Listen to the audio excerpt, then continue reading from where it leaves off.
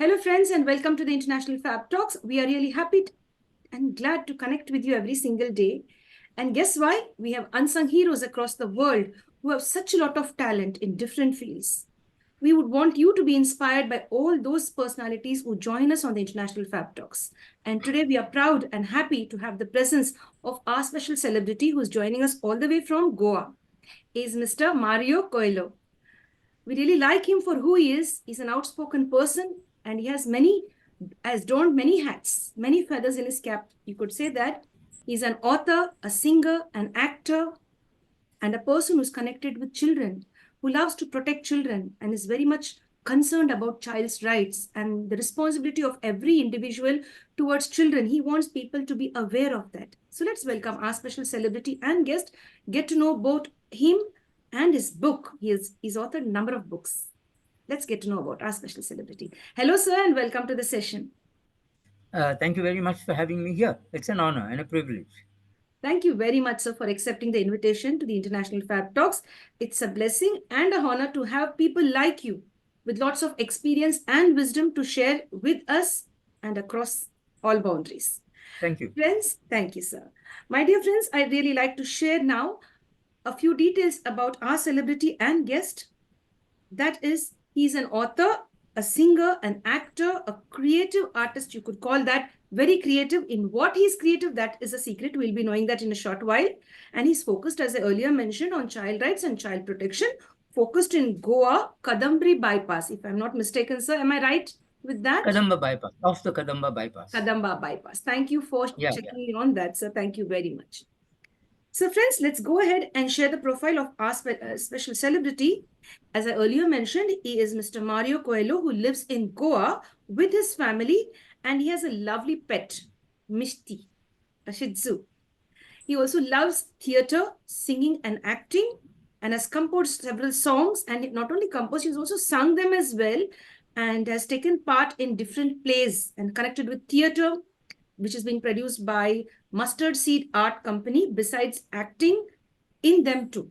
So not only composing songs and all of that, he's into all this creative stuff. As I earlier mentioned, it's a secret, so we are letting the secret out now, my dear friends. Apart from writing, he teaches drama, creative writing and poetry, including how to write Japanese haiku and tanka poems in English to Japanese students of Nihon University. Apart from that, he is a children's short story writer. He also experiments with darker tales that delve deep into horror, suspense, thrill, etc. Something very, it's all for the brave-hearted. All those people who would love that, suspense, thriller, and detective type of stories, all of that. You will really enjoy the suspense in the books which sir has written. Being true to himself, he's always very accepting, warm, loving, down to earth, just like you and me. But when you come here, the intellect, it's really very high. He has all those deep, dark thoughts put on paper and pen. And, he would love all of you to read and enjoy it because it has a touch to reality. When we start writing, reality also flows into it. It's not just only fiction. So friends, we go ahead and share a little more about our celebrity and guest. And here is one person who stands up for one's rights and fights against the evil. And he really hates people who are mean to children, who are rude to children, or maybe who may misuse their status or may misuse their time with little children. So he's very focused on saving children.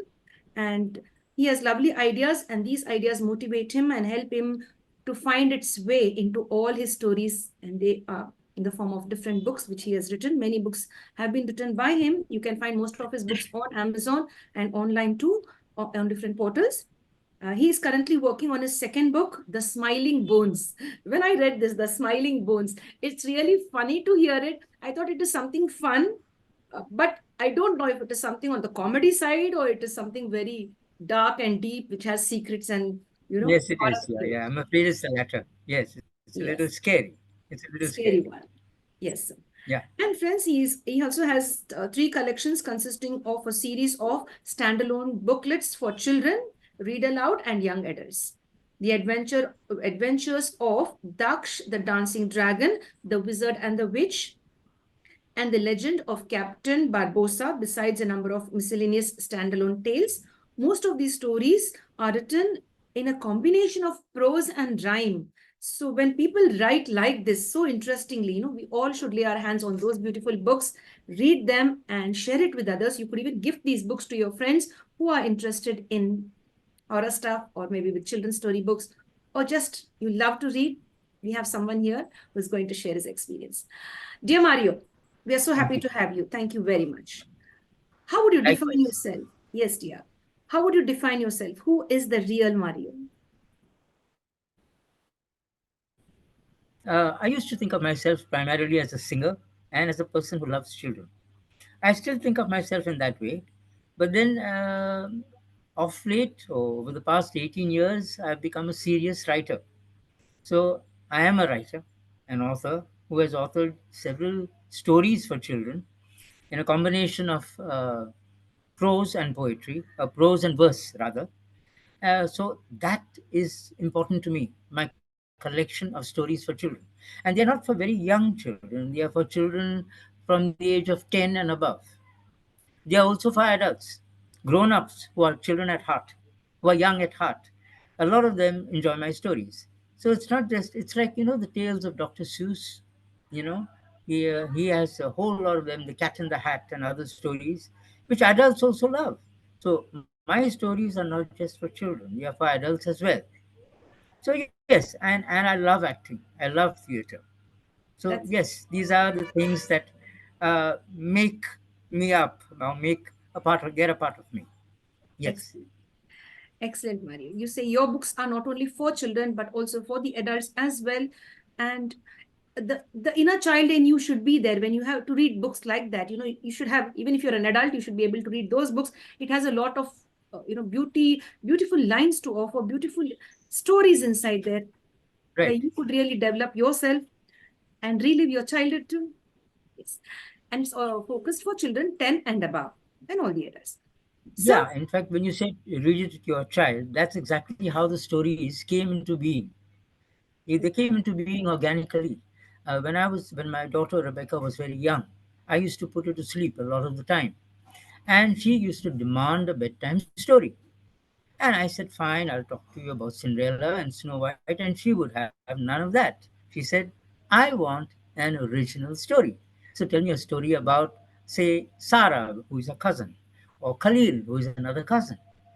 And I had to make up a story on the spot. I had no choice. And that's how the stories came into being. And after she fell asleep, I thought about them. And the next day, I wrote them down. That's how most of my stories were created. very impressive, very impressive. I really like this, very impressive. Actually, hats off to your little daughter, because she Yeah. said, I want original stories. I Yes, want yes, yes. stories, something that is new to my ear. And you That's right. created all of that. That's really very nice. So here we see the bonding between a father and daughter, and how a child could inspire her father to go onto this beautiful journey. That's really Right. very nice, sir. Very nice. So maybe know, how was your childhood?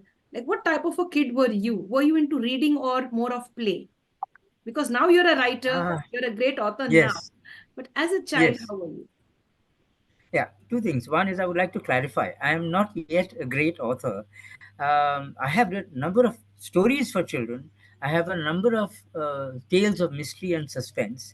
But this is my first published book. Or rather, I also have one story called The Legend of Captain Barboza, which was published in 2019 by HarperCollins in a book of theirs called a flipped anthology. So I'm prolific in the sense I have written a lot, but I have not published much. I am looking for a publisher for my children's stories, actually, and for the other ones as well. So, what was the other question that you asked me? Yes, sir. I just like Yeah. to, I just want to know, like, your childhood. How was your Ah, childhood? yes, my childhood. Yeah. Yeah. Yeah. We all tend to idealize our childhood. That's what I've heard. But as far as I can remember, I had a very happy childhood. I grew up in a town. I was born in Kampala, Uganda, but we came down before Idi Amin, and I've lived in a town called Ponda most of my life. And Ponda at the time when I was growing up was more a village than a town. So you had a lot of greenery. Ponda comes from the term fonea, which means valley. So yes, it was green and I loved it. Now it's a chaotic town, I'm sorry to say. So we moved here to another place which is green still. Okay. So yeah, I had a lovely set of parents. I'm very grateful to my parents because they have inspired me on this journey. My dad, himself wrote lovely poetry. He's a far better poet and writer than I am, I must admit. And my mum bought me all the books I ever wanted. At the time when I was growing up, it was Enid Blyton. Later, it was Agatha Christie, Alistair MacLean, Desmond Bagley. So I had a thirst for reading. I still do. When I'm having breakfast or I'm having lunch or dinner, there's always a book to my left. And I'm reading, which apparently is not the right way to do things. You're supposed to focus on your food. I focus on both. That's great. You're a chip So, of yeah, the old block, they say. I Yes, see. your dad was a writer, and that's how you have it in your genes that you too Yes, are yes, now a that's right. great writer. Yes, that's Okay. really nice. And I'm really happy that mom also bought a number of books for you. Yeah. Yes. Yes, And you yes. said, She see, it's not that we were doing very well all the time, but she knew I had this thirst for reading, and there wasn't a time when she made me feel that maybe we should buy less books. No, she bought me whichever books I wanted. On my birthdays there were books. For Christmas there were books. We used to go to this place called Singbal Book House in Panjim. I remember, and I used to climb up the ladder and I used to spend hours there. Very patiently, she would stand there waiting till I finished and brought the collection of books down and buy them. having Yes, thirst for reading. All of us should have yes, this thirst. A good reader will really make you a better person in this world. A well-read person is always welcome everywhere. Very right. nice, sir. That's really exciting to know that your mom was behind all of this and your dad too. Yes, That's really yes. nice. And now you're sharing it with the younger generation. That really is great. Thank you. So, would you like to share any incident from your childhood? What type of a child were you? The naughty one or the shy one? Or the I wasn't talkative one? shy. Yeah, call me Mario, please. Yeah, no, I wasn't. I wasn't shy. I love to talk. I guess I'm an extrovert. Okay. Yes, I was a little naughty. That's true. Okay. Any incident you remember? You were beaten Uh, up, scolded or something? and Spanked? I think there are far too many. So yeah. Okay, but yeah, I wasn't overly naughty, but I was normal. I had a normal, happy childhood, and I'm very happy that I grew up in a place that was almost like a village. And I studied in a convent school, St. Mary's School, not in a posh, high funder school. And I'm very happy about that. I have great memories of my childhood. I still have a friendship. I share a friendship with some of my classmates who were in school. So that's like 50 odd years ago. I'm not young anymore. Although I'm not very happy to say that, but it's a fact. So I still have friends from my childhood. You know. So yes, my childhood was extremely happy, and I can't remember any specific. I Incident. remember going for a scout camp once. Okay, it was an overnight camp, and we had to cook our own food, and so we made rice. I had never cooked before, and the rice came out like kanji because we didn't know how to cook, and there was very watery curry, and I enjoyed the meal thoroughly. But I noticed that some of my classmates were not eating. And when I came home, my mom asked me, "How's the experience?" I said, "Fantastic. We cooked our own rice, our own curry, and whatever, and I loved the food." But I said, a lot of my classmates were not eating. And she said, my mom was in the conference of St. Vincent de Paul, which used to help children and people from needy families. So she asked me, "Well, who were these children?" So I mentioned names, and she became very pensive. And I asked her, "Mom, what's wrong? What are you thinking?" She said nothing. But I insisted. I said, "What is it?" So she said, "Look, a lot of these families actually are not well off. There are times when they don't have enough food to eat. So that taught me a valuable lesson that basically whatever is on the table is to be eaten. Whatever food is there, unless it's absolutely unpalatable, is to be savored. And you thank your parents and you thank your God for it. And you don't say, I wish I had this and I wish I had that. You just keep quiet, enjoy your food. Excellent. So thank you for that beautiful message. You gave us a Yeah, lovely message. My dear all friends, right. don't waste food. You have to just be thankful, grateful for the food that you have on the table. That's really nice. I appreciate that a lot, sir. Thank you so Okay. much for sharing. Okay. So now we'll come down to your writing journey. When did Yeah, it start actually? Like, when do you feel comfortable writing? Is it in the morning, evening, night? right. Yeah, I always used to write limericks when I was in school and college. And then I grew out of limericks and I tried my hand at poetry. But I'm not a very good poet. We have in Goa, we have a number of very good poets. There's somebody called Salil Chaturvedi, there's Manohar Shetty, there is Rochelle de Silva. These are really lovely poets. And I'm not in the same league. And I don't have any shame in admitting that. No, sir, One or everyone two are poems. unique. I disagree with you. Everyone are unique. You have your own unique talent. You have your own speciality.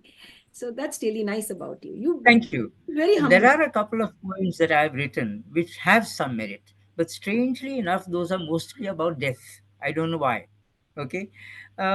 So I can't remember. What was your question about writing?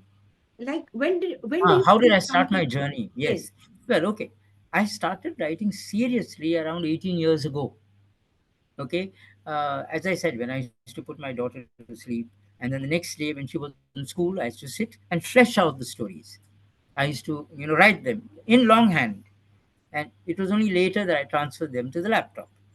Okay, so I used to write only in verse from start to finish. All of my stories were in verse, and then when I started sending them out to publishers, I got this very silly message saying we don't do poetry. I found that strange because there is a vast difference between rhyme and poetry, or between verse and poetry. And I said, this isn't poetry, this is verse. And people in India, especially, have been writing in verse, stories in verse, from time immemorial. Can't you tell the difference? But then I realized I was hitting my head against a wall. So I took all the stories and I reworked them, each and every one of them. I wrote them in prose with a smattering of verse. And that's how they are today. Yes. Yeah. Thank you, sir, for sharing. Thank you very much. Okay. May we know All right. what part of the day you feel comfortable writing all your thoughts down and putting them in the form of a story or a novel Yeah. as well? Yeah. Now, because I work from home, you know, except when I'm teaching my students at the university, uh, I work from home. So after breakfast, after prayer, that's the best time for me. Okay. So maybe 10 o'clock in the morning, which is quite late, I start writing. So I need a solid 2 hours, 2.5 hours. In the middle, I often have to break off because my pup Mishti wants me to play with her, and she needs to be played with 3 to 4 times a day. So there's no getting out of that. It's like having a baby in the house. I'm not grumbling about it. I enjoy it.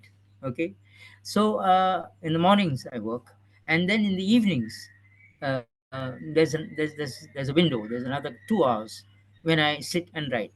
So I don't work for hours at a stretch. It's like 2 hours in the morning, 2 hours in the evening.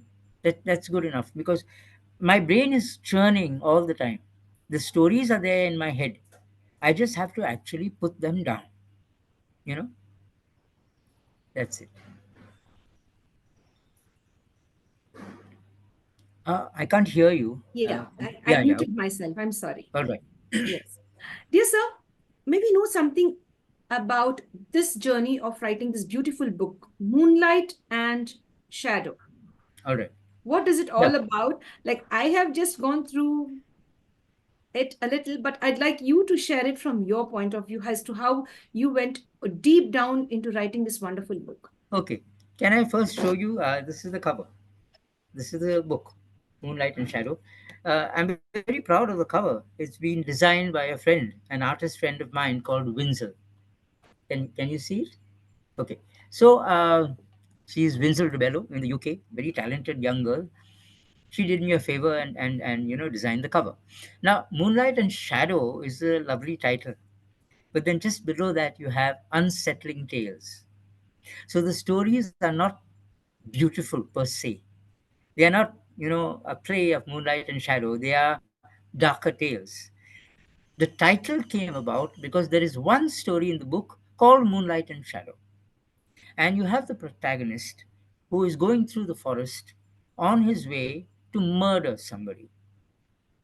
Okay, he's going to take vengeance, to take revenge on somebody who has done something wrong against a family member. And he's thinking to himself as he goes, he says, Moonlight and shadow. He looks up at the moon and he sees that part of himself is bathed in moonlight and part of it is in shadow. And he says, Moonlight and shadow. We are all creatures of moonlight and shadow. Moonlight is the part, the soft part, the tender part that we reveal to others a lot of the time. That's the part that people see. And shadow is the deepest, the innermost part of ourselves that we don't reveal to other people. It's a side that most people don't see at all. So we are creatures of moonlight and shadow. A beautiful way to explain that. That's really nice. Now we'll keep it a secret, my dear friends. You have to go out and get that book, lay your hands on that book and read it. There are lots of beautiful stories. It will take you deep down there and make you understand your inner self. That's really nice. There are a collection of 10 stories, sir. Is that, if I'm not Yeah, they're a mistaken? collection of 10 stories. Initially, I wanted to make it 13. But this friend of mine, a very close friend of mine called Clifford de Silva, who's a therapist, he said, look here, this genre is murder. Let's stick to it. And your scary stories can come out in the next book. So I left out the three stories that I wanted to include. And I have just 10 stories, which are basically murder mysteries, or as I prefer to call them, stories of mystery and intrigue. So they are dark tales, and some of them are rather gruesome, I'm afraid. And if you ask me, how is it that you, as a writer of children's stories, can also write dark tales? I can only refer you to what I said earlier. We are creatures of moonlight and shadow. So there must be a streak of darkness in me. There must be a streak of violence in me that comes up with these stories. Great, sir. That's really nice. Thank you for sharing. So, what I get to understand, you are a great observer. Hmm. Yeah. All Yes. right. Yes. Um, you see, I love people. I not only like children, I am fascinated by people. Not so much about things. Yeah, I love beautiful paintings. I love music. I love literature. Okay, good books. But I am fascinated with people per se. It can be when I come out of my house, I meet the grocery shop owner or the vegetable vendor, you know, or people on the road who say call out to me and they say hi Express. They call me Express because I walk very quickly. I go for brisk walks every morning and evening. So these people, I observe them unwittingly. It's not consciously, and their mannerisms, the way they talk, the kind of people they are, that's something that I imbibe unconsciously, and they find their way into my stories. So you'll find that all the characters in my stories are people whom I've actually met, or people, the politicians for example, and their progeny, their sons, who I may not have met, but whom I've read a lot about and whom I dislike intensely. Yes, sir. Yes. Yeah. Thank you so much for sharing. Thank you very much. And as you said, they call you Express. Yes. And I Yeah. wish there Yeah. is, and I personally wish from my side, there should be a nice train from Goa to all parts of the other states, all different states, Mario Yeah. Express. And it should be a book fair. It should be a book fair. There should be a special compartment with all the books and your books as well, and other books too. And it should be called That's as a the nice Mario Express. That was Right. really Very nice. innovative. It really sounds nice to me when Okay. I think it just popped up. Okay. Thank you. Yes. That's really nice. Thank you, Mario, for sharing all of that. That's really Yeah. very nice. Would like to know one big question. How would you want Yeah. people to remember you? And why should people remember Mario? That's a very nice question. Uh, Look, I've always had. Uh, it's nice to be remembered as a nice person. It's nice to be remembered as a person with a big heart. So I would like to be remembered as that at the end of the day. Maybe my epitaph would be he had a big heart. That's good enough. However, there is a part of me that doesn't want to remain anonymous. I fear certain things. I fear failure. I fear anonymity. I don't want to die or to go off, from this world with people saying he was such a nice guy. It's not good enough for me. So yes, I would like to be well known. I would like to be famous as somebody other than just a nice guy. So if people say, "Oh, he was a great writer. He was a great children's book writer, or a great writer of mystery stories, a great singer," that would, kind of, I would like that. I would like that. I would like to be remembered for years after my passing away, not just as somebody who was nice 95% of the time, but who was also more than just a nice person, to answer your question. Perfect, sir. That's really nice. A wonderful way to leave a beautiful legacy. And people will definitely keep you in their memories because you're a writer. Your books have all been published out now, and in future too, you will be publishing many of your books. And Yes, we wish that you bring out more and more beautiful, stories and many books for all of us. You will definitely leave a beautiful legacy as you are leaving one today on this platform, the International Fab Talks. That's really nice. It's not only being a good person, but giving back to the society, not right, in one small way, but maybe you might have done your work, your job as a good parent, as a father, within the family, even within right, your society, within Goa. But now when your book is being published, you are impacting millions across the world. That's what we right. want people to know, that yes, just don't be satisfied with this within the shell that you are. You have to Yeah, have dreams like our special celebrity and guest, Mario sir. Have dreams big and reach out, leave a legacy behind. Become famous, do something great, impact the world. Let the younger generation learn from you that yes, you came, you lived, you gave back to the society, you gave all your beautiful thoughts, you inspired others and left this world. right. Excellent, sir. Sir, as you mentioned, singing. Now, the time is for you to share your favorite song with us. Would you love to sing for us? Would you oblige? It's difficult to sing without music. I don't know how good I am, but anyway, yeah, the kind of story songs that I like.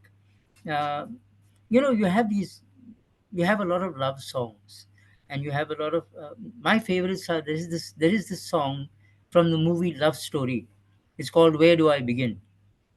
It's one of my favorite songs.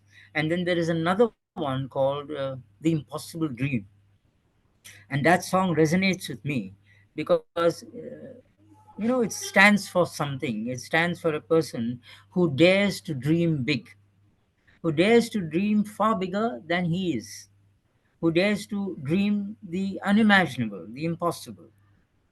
So these are the kind of songs that I like. And especially The Impossible Dream, I don't know whether you've heard it. It goes something like this: to dream the impossible dream, to fight the unbeatable foe, to bear with unbearable sorrow, to run where the brave dare not go, to right the unrightable wrong, to love pure and chaste from afar, to try when your arms are too weary, to reach the unreachable star. That is part of the song. It's my favorite, one of my favorites. Excellent, sir. You've got a lovely voice. Thank you. I wouldn't do justice to that song if I sang, but you've done a wonderful job. Thank you. And I'm sure you know many more songs, and you'll have to sing for us if you don't mind. Like I will be asking you to oblige to sing another song for us uh, Okay. in the latter part of this session, the later All part right. of the session. Yes. Dear sir, we come to movies now. Oh, As you've been connected with acting, theater, all of, yes. so would you like to share that journey too with us? How does it Yes. feel being an author, a singer, and then into and acting also? And you teach even students drama, I guess, right? You even Yes. teach classes for them. Yes. So could you share that experience with us? Yeah. My theater journey started 35 years ago, I think. There was this group in Panjim called the Mustard Seed Art Company, which a group of us got together and formed. I wasn't there at the very beginning, but when they had their first play, it was called All My Sons, a play by Arthur Miller. And the person behind, the brainchild behind this group, a lady called Isabel Santarita Vaz, who used to be my teacher in Dempe College, my teacher of English literature, and who is one of my best friends. She asked me to sing a song, the same song, The Impossible Dream, before the play. So when the audience was already in their seats, she said, I would like you to sing this song. And I had never sung in public before. So I said yes, because I have to sing. It's my passion. But I was terrified. I was terrified of singing in public. So we sang at Kala Academy in Panjim at the Indo auditorium.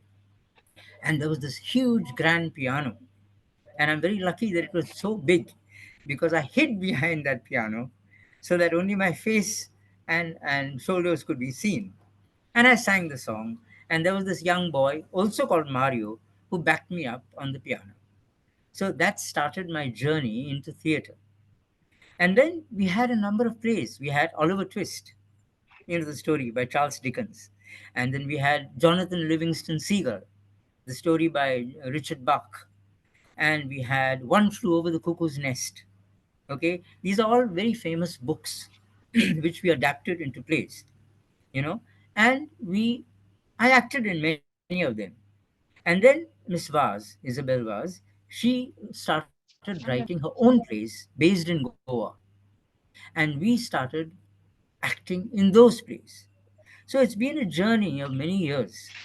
It's only in the last, yeah. Can you still see me? Yes, sir. Please go ahead. Okay. So it's only in the last few years that I've been finding it difficult to juggle various things. Like I want to devote more time to my writing. So I've been acting less, you know. But it's been a long journey. It's been a very exciting, a very enjoyable, a very fruitful journey. I would say that being in this theater group is largely that is what has made me who I am. Because we learn to come out of our shell. We learn to express ourselves through acting. And we learned that competition, which today the world says is the most important thing, we learned that competition is not the most important thing, but cooperation is. We learned that in theater, there is no competition. We cooperate. You have your role, I have my role, he has her role, he has his role, and she has hers. So all of us complement each other. We do not compete with each other. And that is one of the most important lessons I learned in the Mustard Seed Art Company. Thank you for that beautiful message. It's not competition, it's cooperation. That's really nice. Yes, Collaborating, connecting with each other, bonding, and absolutely.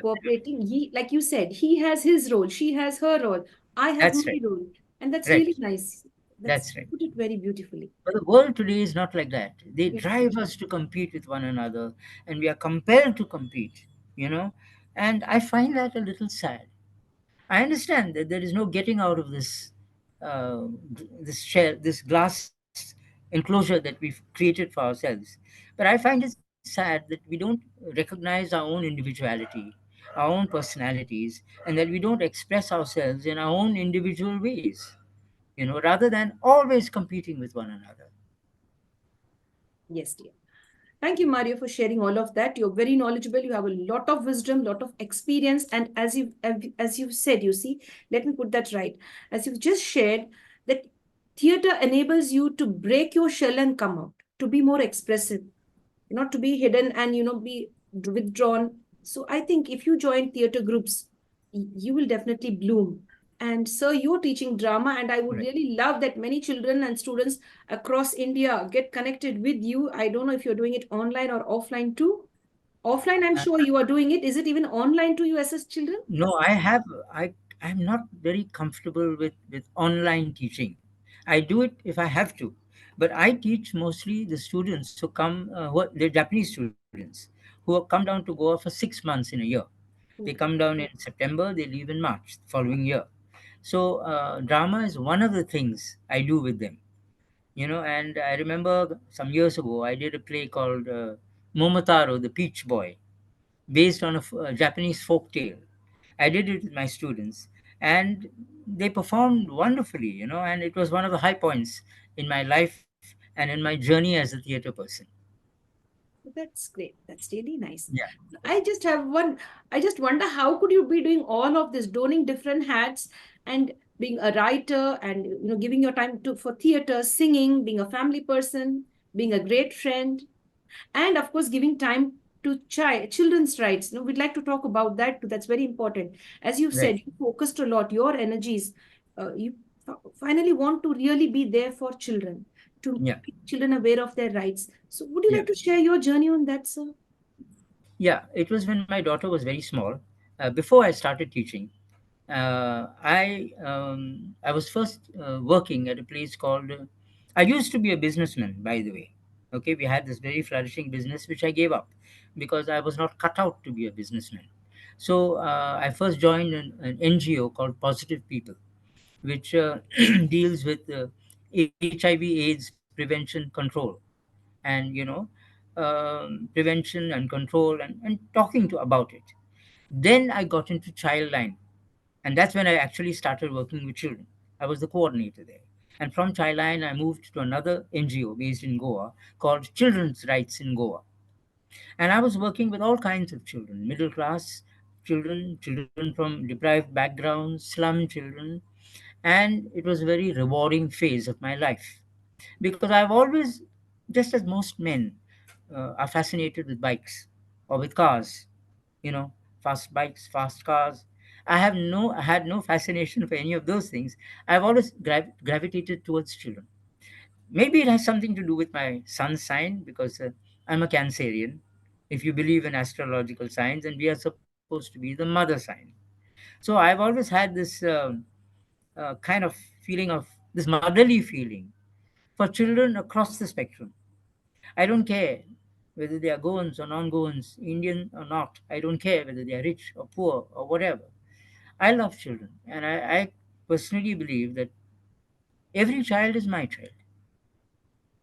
Okay, so that's also a large part of who I am, and I've been fortunate enough to have a number of nephews and nieces, and I've enjoyed every part of their growing up. You know, that's been another very rewarding part of my life.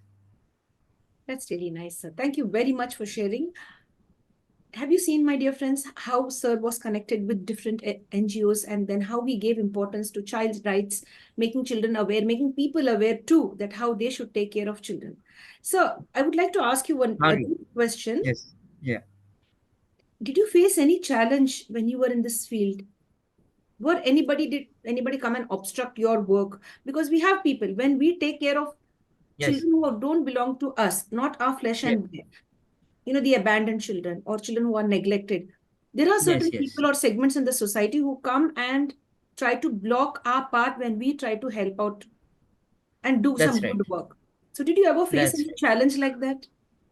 Yes, you know, there were a number of there were some foreigners who used to come and who used to look after children, and they used to start they used to educate them, and they used to have little shelters for them. And we came to know, because we had links with Interpol at that time. I was the kind of liaison person, and we came to know that some of them, the men, were pedophiles. They were pedophiles. And we kind of used to fight. We used to try to expose them. This is not to imply that all foreigners are pedophiles. I'm just saying that one or two. And I have been threatened. Okay, I have been threatened and I've been asked to lay off. And the question of laying off has never arisen. It is my mission to expose such people. It has been. There was another instance when there was a hotel in Panjim which used to keep children, very young children, as almost as bonded labor. So we exposed them. And then one day when I was at a supermarket close to my house and my daughter was very young, and I was buying something like Horlicks or Boost for her. And this man came to me. He was the henchman of that hotel owner. And he tapped me on the shoulder and he said, I know who you are, and I know where you live, and I know that you have a very young daughter. You know. So I said, and at that time, I could see only red. I was in a rage. This man is threatening my family. This man is threatening my daughter. So I was very calm. I looked at him and I said, I'm very glad that you know where I live. I'm glad that you know I have a wife and a very young daughter. And it so happened that at that time, when you bought this boost, you got a huge cricket bat along with it. So I picked up the bat and I said, can you see this bat?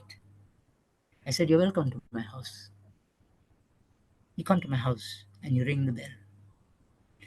And I'll open the door and I won't say a word. And I'll smash that bat down on your head 100 times.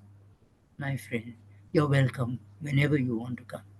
And if I'm not at home, I'll give the bat to my wife.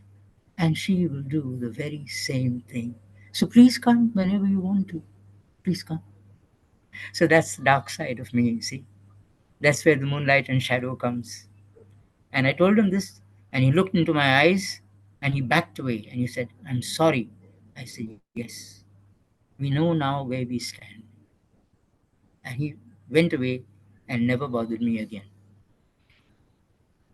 That was just an incident. Yes.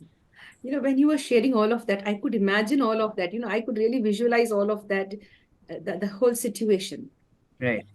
Yes, this happens to many good people out there when they try to do good, like Mario says, trying to do good for the society, for children. We find certain people or certain groups trying to come there and create a blockage. So, no matter what, you face your work and give your very best, save children, even if they are not yours. That's the request that we have here from the International Fab Talks. Have you seen, my dear friends, how multi-talented, a multitasker, in fact, not only in writing, in theater, but also being there on another important zone, connecting with children and, tracking the right things, exposing people. That's all of that. Yes, sir. So that's really very interesting to know. You seem to be calm on the outside, but inside,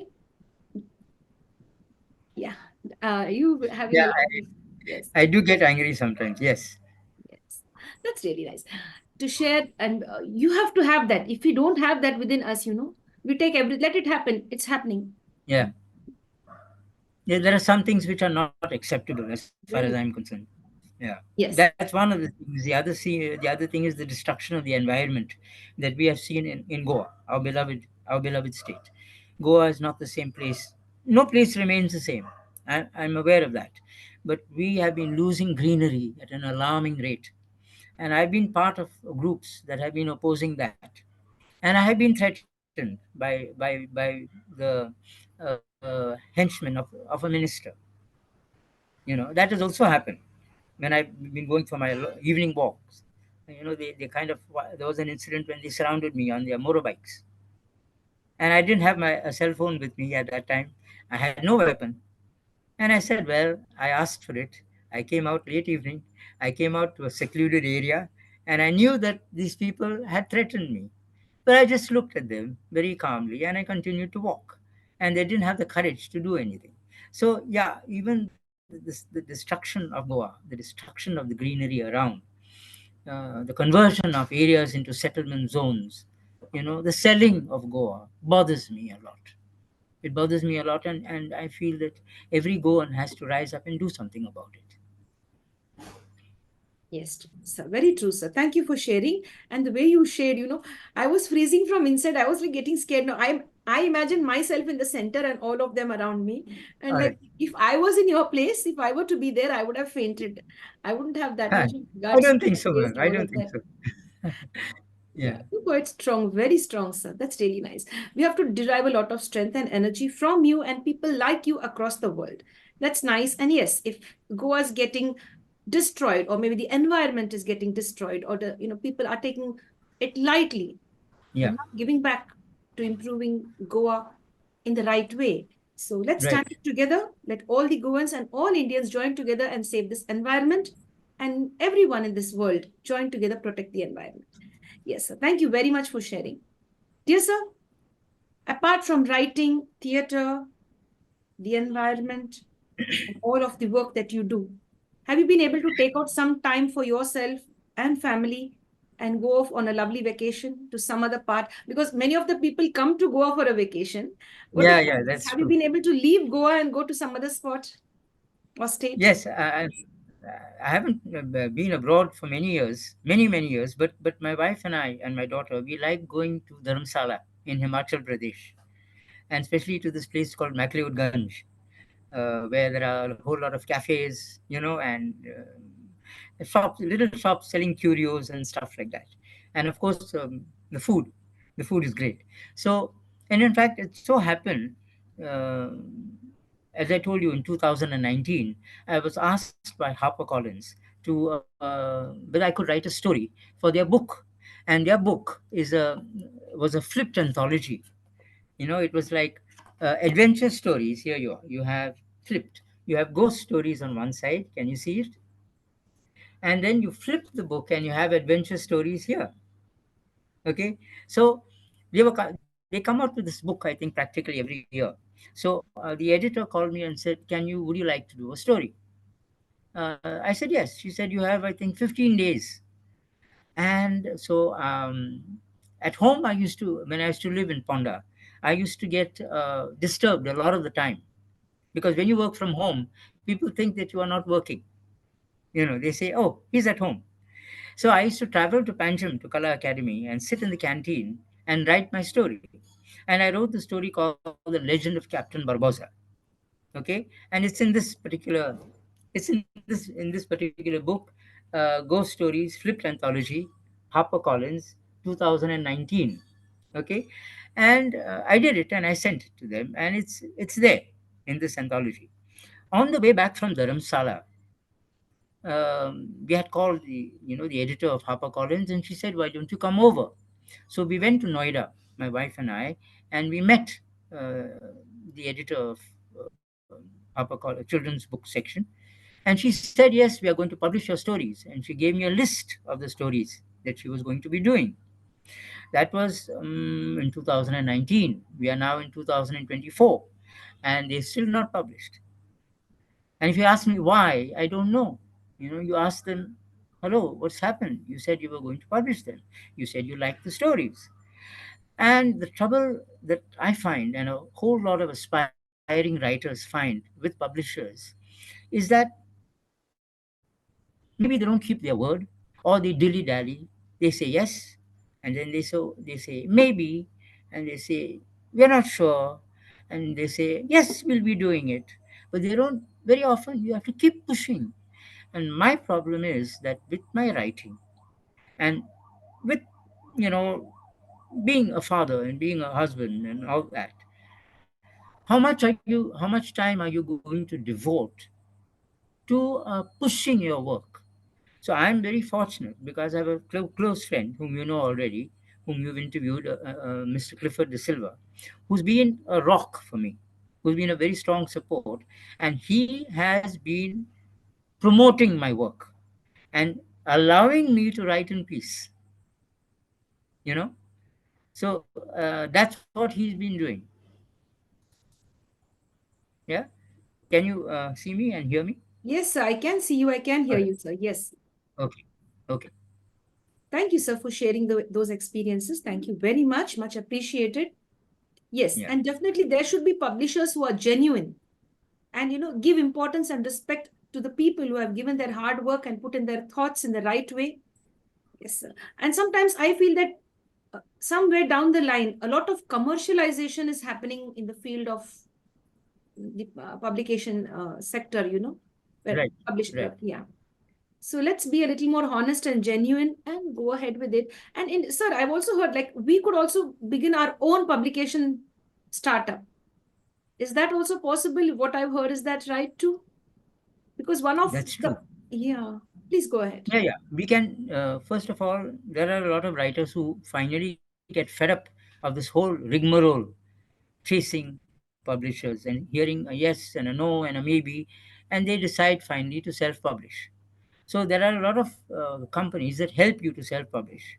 And in Goa also we have Goa 365, we have Broadway, and we have, so these are companies, sort of small ones, that help you to publish your books with them. There is also Cinnamon Teal, based in Margao in Goa. So these are at least three that I can name based in Goa, which help aspiring writers to get their book published without them having to undergo the torture of keeping on, sort of cajoling publishers and saying, you had promised and you said you were interested, what's happening?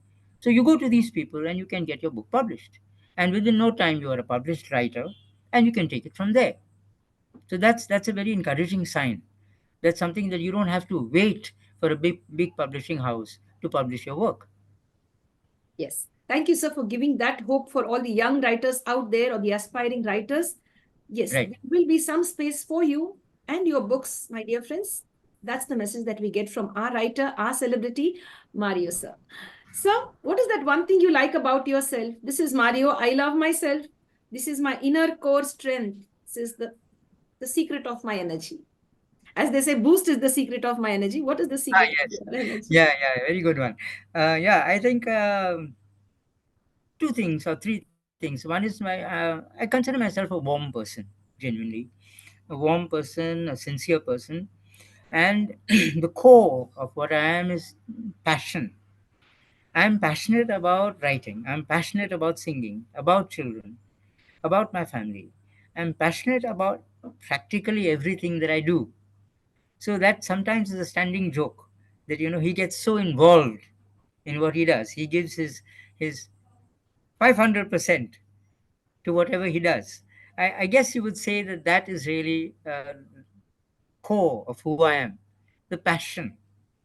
I love doing. When I meet people who are unenthusiastic, who are like, yes, no, maybe, I don't understand them. I don't understand a person's lack of enthusiasm for his or her work or for his or her life. I don't understand people's approach to life when it's without joy, without passion. I don't get those people, and I try and avoid them as far as possible. Very true. So there's another side to you as well. You are a pet dad as well, Ah, yes. a pet parent. Yeah, yeah. We have a glimpse of Misty. Yeah, yeah. We can. Hold on. Yes, sir. My dear friends, having a pet at home is a source of joy. It's even a source of healing too. So let's see Mishti now. Yes. Yes. Can you see her?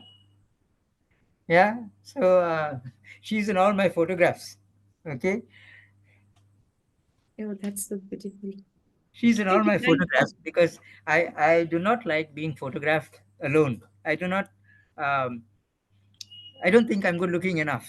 So I dislike. Yeah, yeah. I dislike being photographed. So any photograph that I take has to be either with my daughter or with Mishti. You see? How sweet. So Mishti is Yeah. really lucky to have you in her life. And yes, she's also blessed to have you take Yeah, care of yeah. her. I'm happy. I'm blessed myself. So since how many years you have this dog? Less than 2 years. Actually, she's 2 years old. Her birthday is on the 12th of Jan.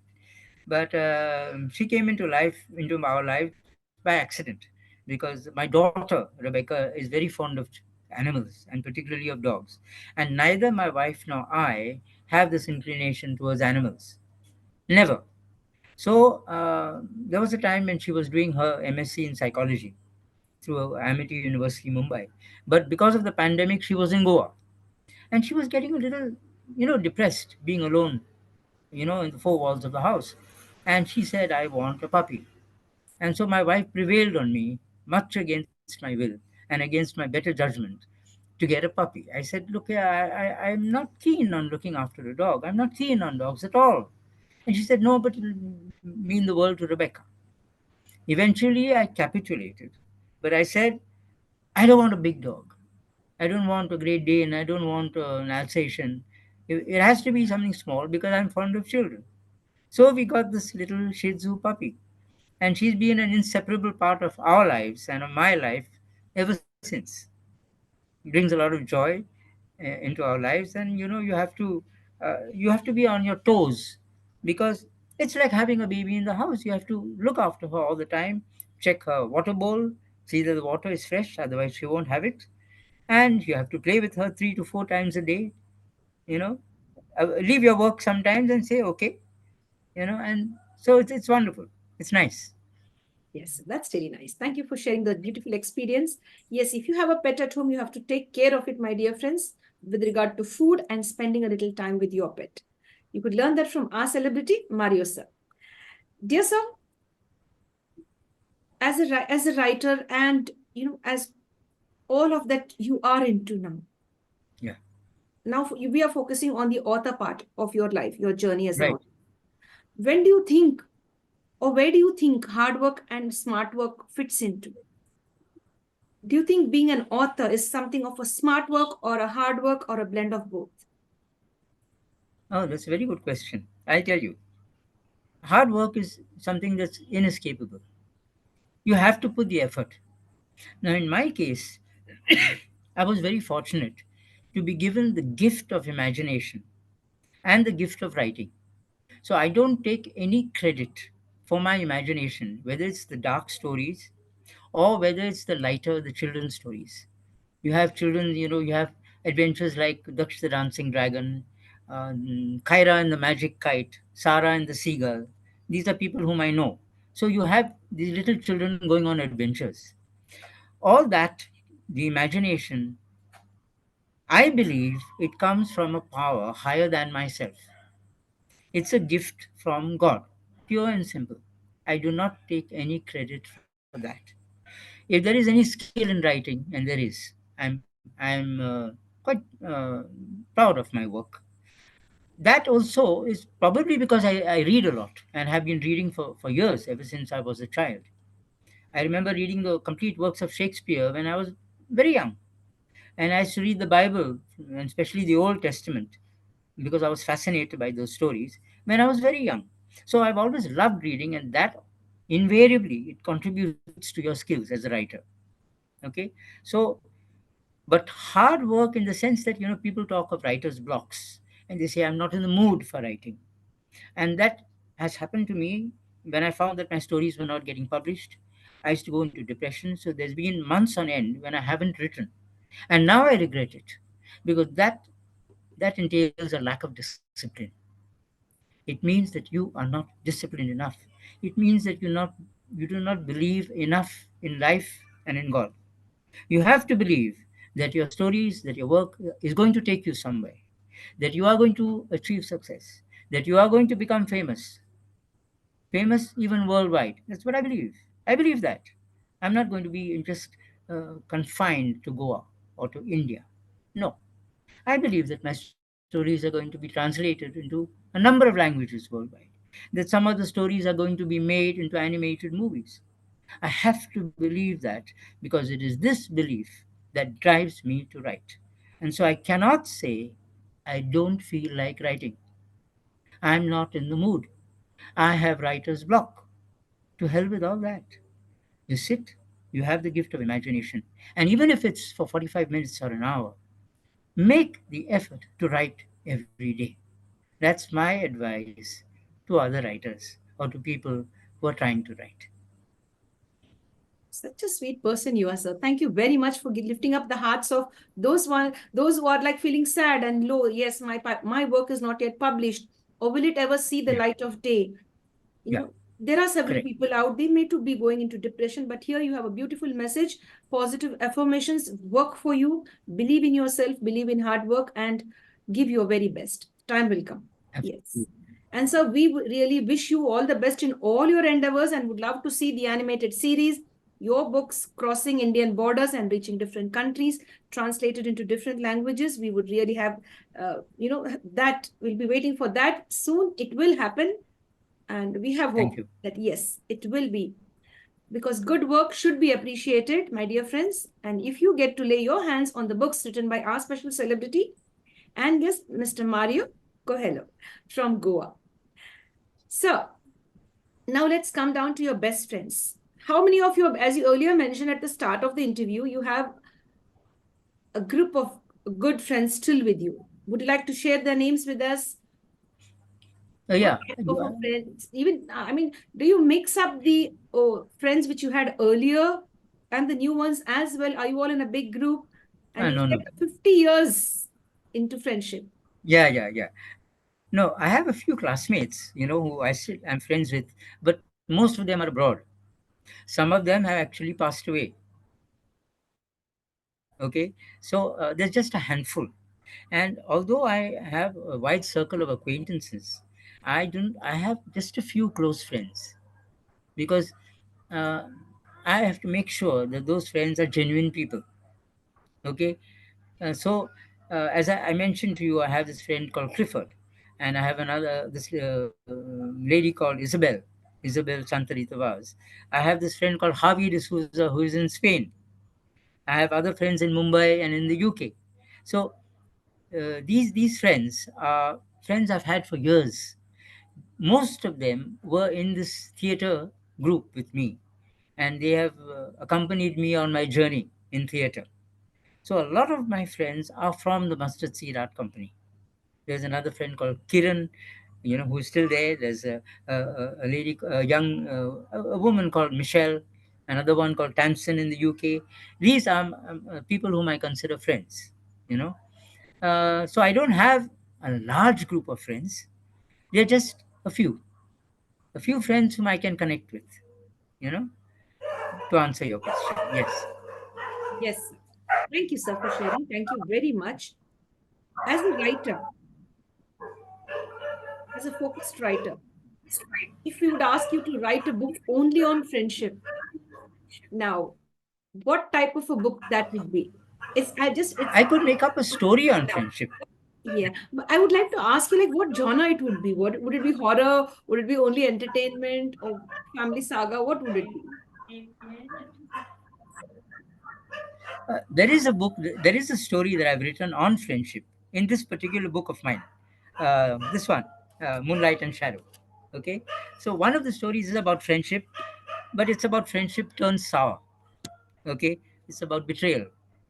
Okay, so but uh, if I were to write a story about genuine friendship, it would probably be a children's story. Okay, because I like the friendships that children share. Okay, they are so. Uh, they don't think much about it. They don't go to see whether this person is from the same class or from the same caste or the same religion. We never had that when we were growing up.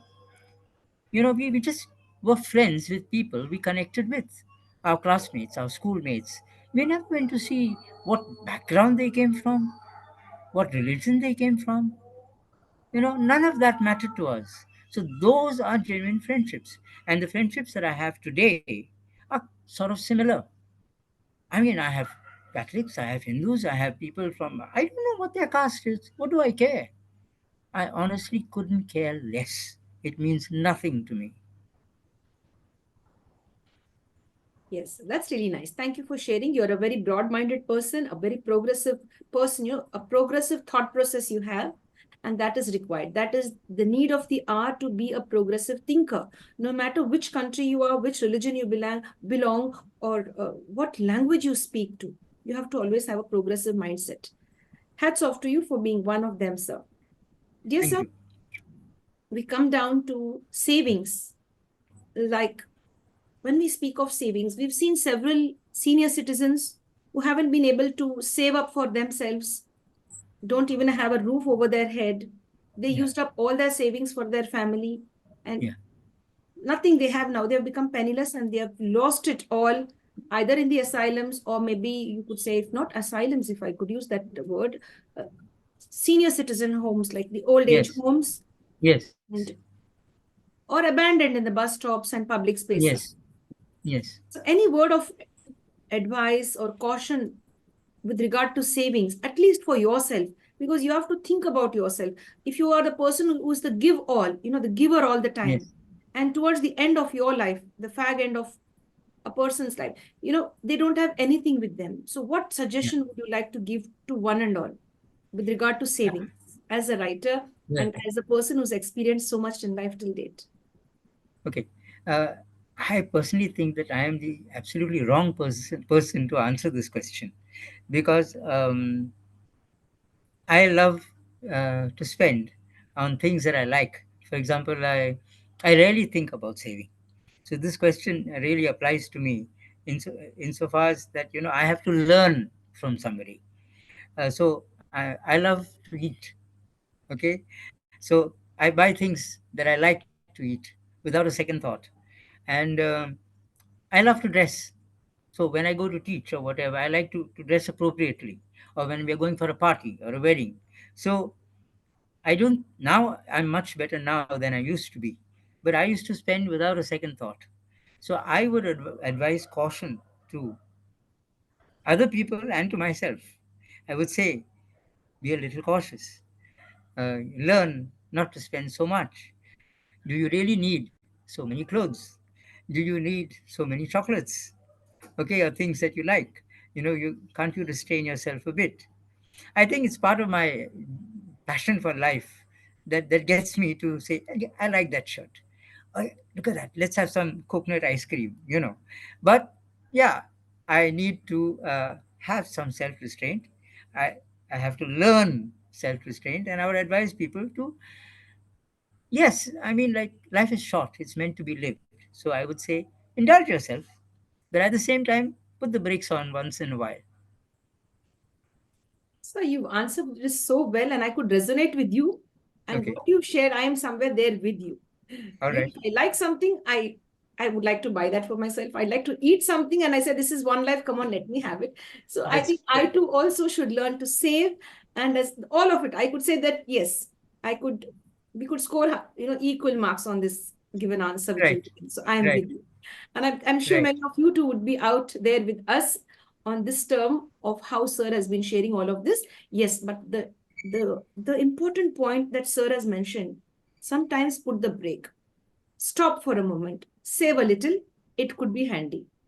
This is one life, enjoy it, but at the same time, you've given a wonderful suggestion as well. Put on the brakes for some time and see that you are able to save something in hand, Right, so that it enables you to live a dignified life in future too. Thank you very right. much. You know, the way you said, now you even mentioned something called as coconut ice cream. Yeah. Yes, Now already I'm like feeling to have one. correct. Is this one of the famous delicacies of Goa? I know you have this Amul, right? Amul coconut ice cream, and you have something called cookies and cream. And my personal favorite, since you're asking about food, is Amul's Shahi Anjeer. Have you tasted it? Shahi Anjeer No, ice cream. sir. Oh, it's packed full of figs, and it's delicious. So that's my favorite. I like Shahi Anjeer. I like butterscotch, coconut, cookies and cream. So, as I said, I have to put the brakes on. Also, I have to kind of look after my health. It's the reason why I walk 45 minutes every morning and 45 minutes every evening, because I'm not very good at controlling my eating habits. I indulge myself a little too much. So then, to compensate for that, I have to exercise. Okay, so it's not really the ideal way to live. The ideal way to live is to have a lot of self discipline. Now, that's something, unfortunately, I don't have much of. I have to freely admit that. Same here, I can resonate again here too with you. All I right. eat off anything that I love, and then Yeah, again I have to walk or maybe exercise. Yes. So this really happens with everyone. But so it's one life. जी लेंगे हम. Yeah. correct. If not now, then when? And maybe a certain time will come when we can't consume just anything. And then we Correct. regret why did we not eat it or why did we That's not true. indulge That's in true. that. I always make that excuse when I'm eating. Yes, correct. Yes, sir.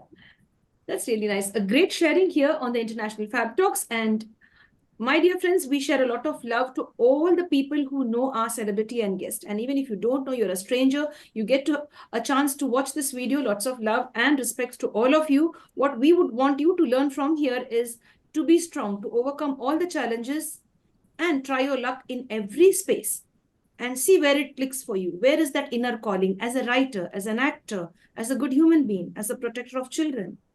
It could be anything. So, what brings a smile to your face? Is it the mischief So of many. Misty's mischief or something else? Yeah, yeah. Mishti, of course. Children always bring a smile to my face. My nieces and nephews, who are now grown up. But then I have younger friends, thank God. In the building in which I stay, I have a little girl who stays opposite my flat.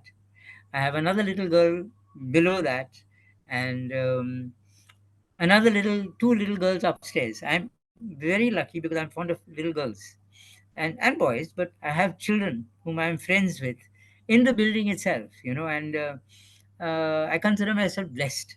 I think that it's not just good fortune. I think that God has actually placed these children into my life because He knows that I'm fond of kids. Now in a short while from now, I'll be going to a place called Vasco because it's my niece's birthday. She's a young girl called Chloe. So I'm looking forward to that, you see. So I have a lot of children who are friends of mine, and that brings a smile to my face. Good food brings a smile to my face. All right, all these treats that I was talking about, chocolates and ice cream and things that I'm not supposed to eat, like halwa. Okay, uh, practically anything brings me joy. Practically anything. The color orange brings me a lot of happiness. I love the color orange because to me it is the color of joy. It's the color of the laughter of children. So practically anything. I look around and I see books and I'm happy. I see food. I'm happy. I see Mishti. I see my daughter, my wife. It's not difficult to be happy. There's so many things that we have that bring a smile to our face. That's what I say. Here's a beautiful message. It's not difficult to be happy. There are so many things to be thankful for, to be grateful for, and to be happy as well. That's really nice, sir. Thank you very much. Is there any weakness? Yeah, as I told you, I have a weakness for food. I have a weakness for the good things of life. I am what they call a bon vivant. I like to live well, and sometimes I live beyond my means. I am also not a gourmet, which is somebody who savors, certain good food. I am, to be very honest, a gourmand, which is basically a greedy glutton. Okay, that's my weakness. So also, I'm a very impulsive kind of a person.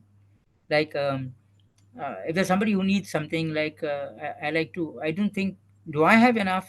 I kind of say, oh, this person needs. Okay, so I'm a little too impulsive for my own good. Okay, I think less and I feel more. So I think what I need to inculcate in my life is to perhaps think a little more and to feel a little less, or to be less impulsive.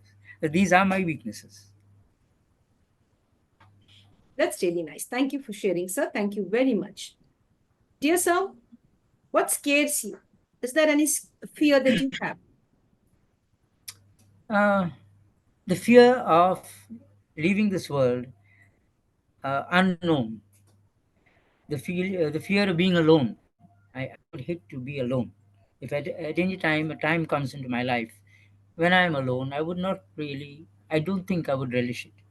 I would accept it, but I wouldn't be really happy.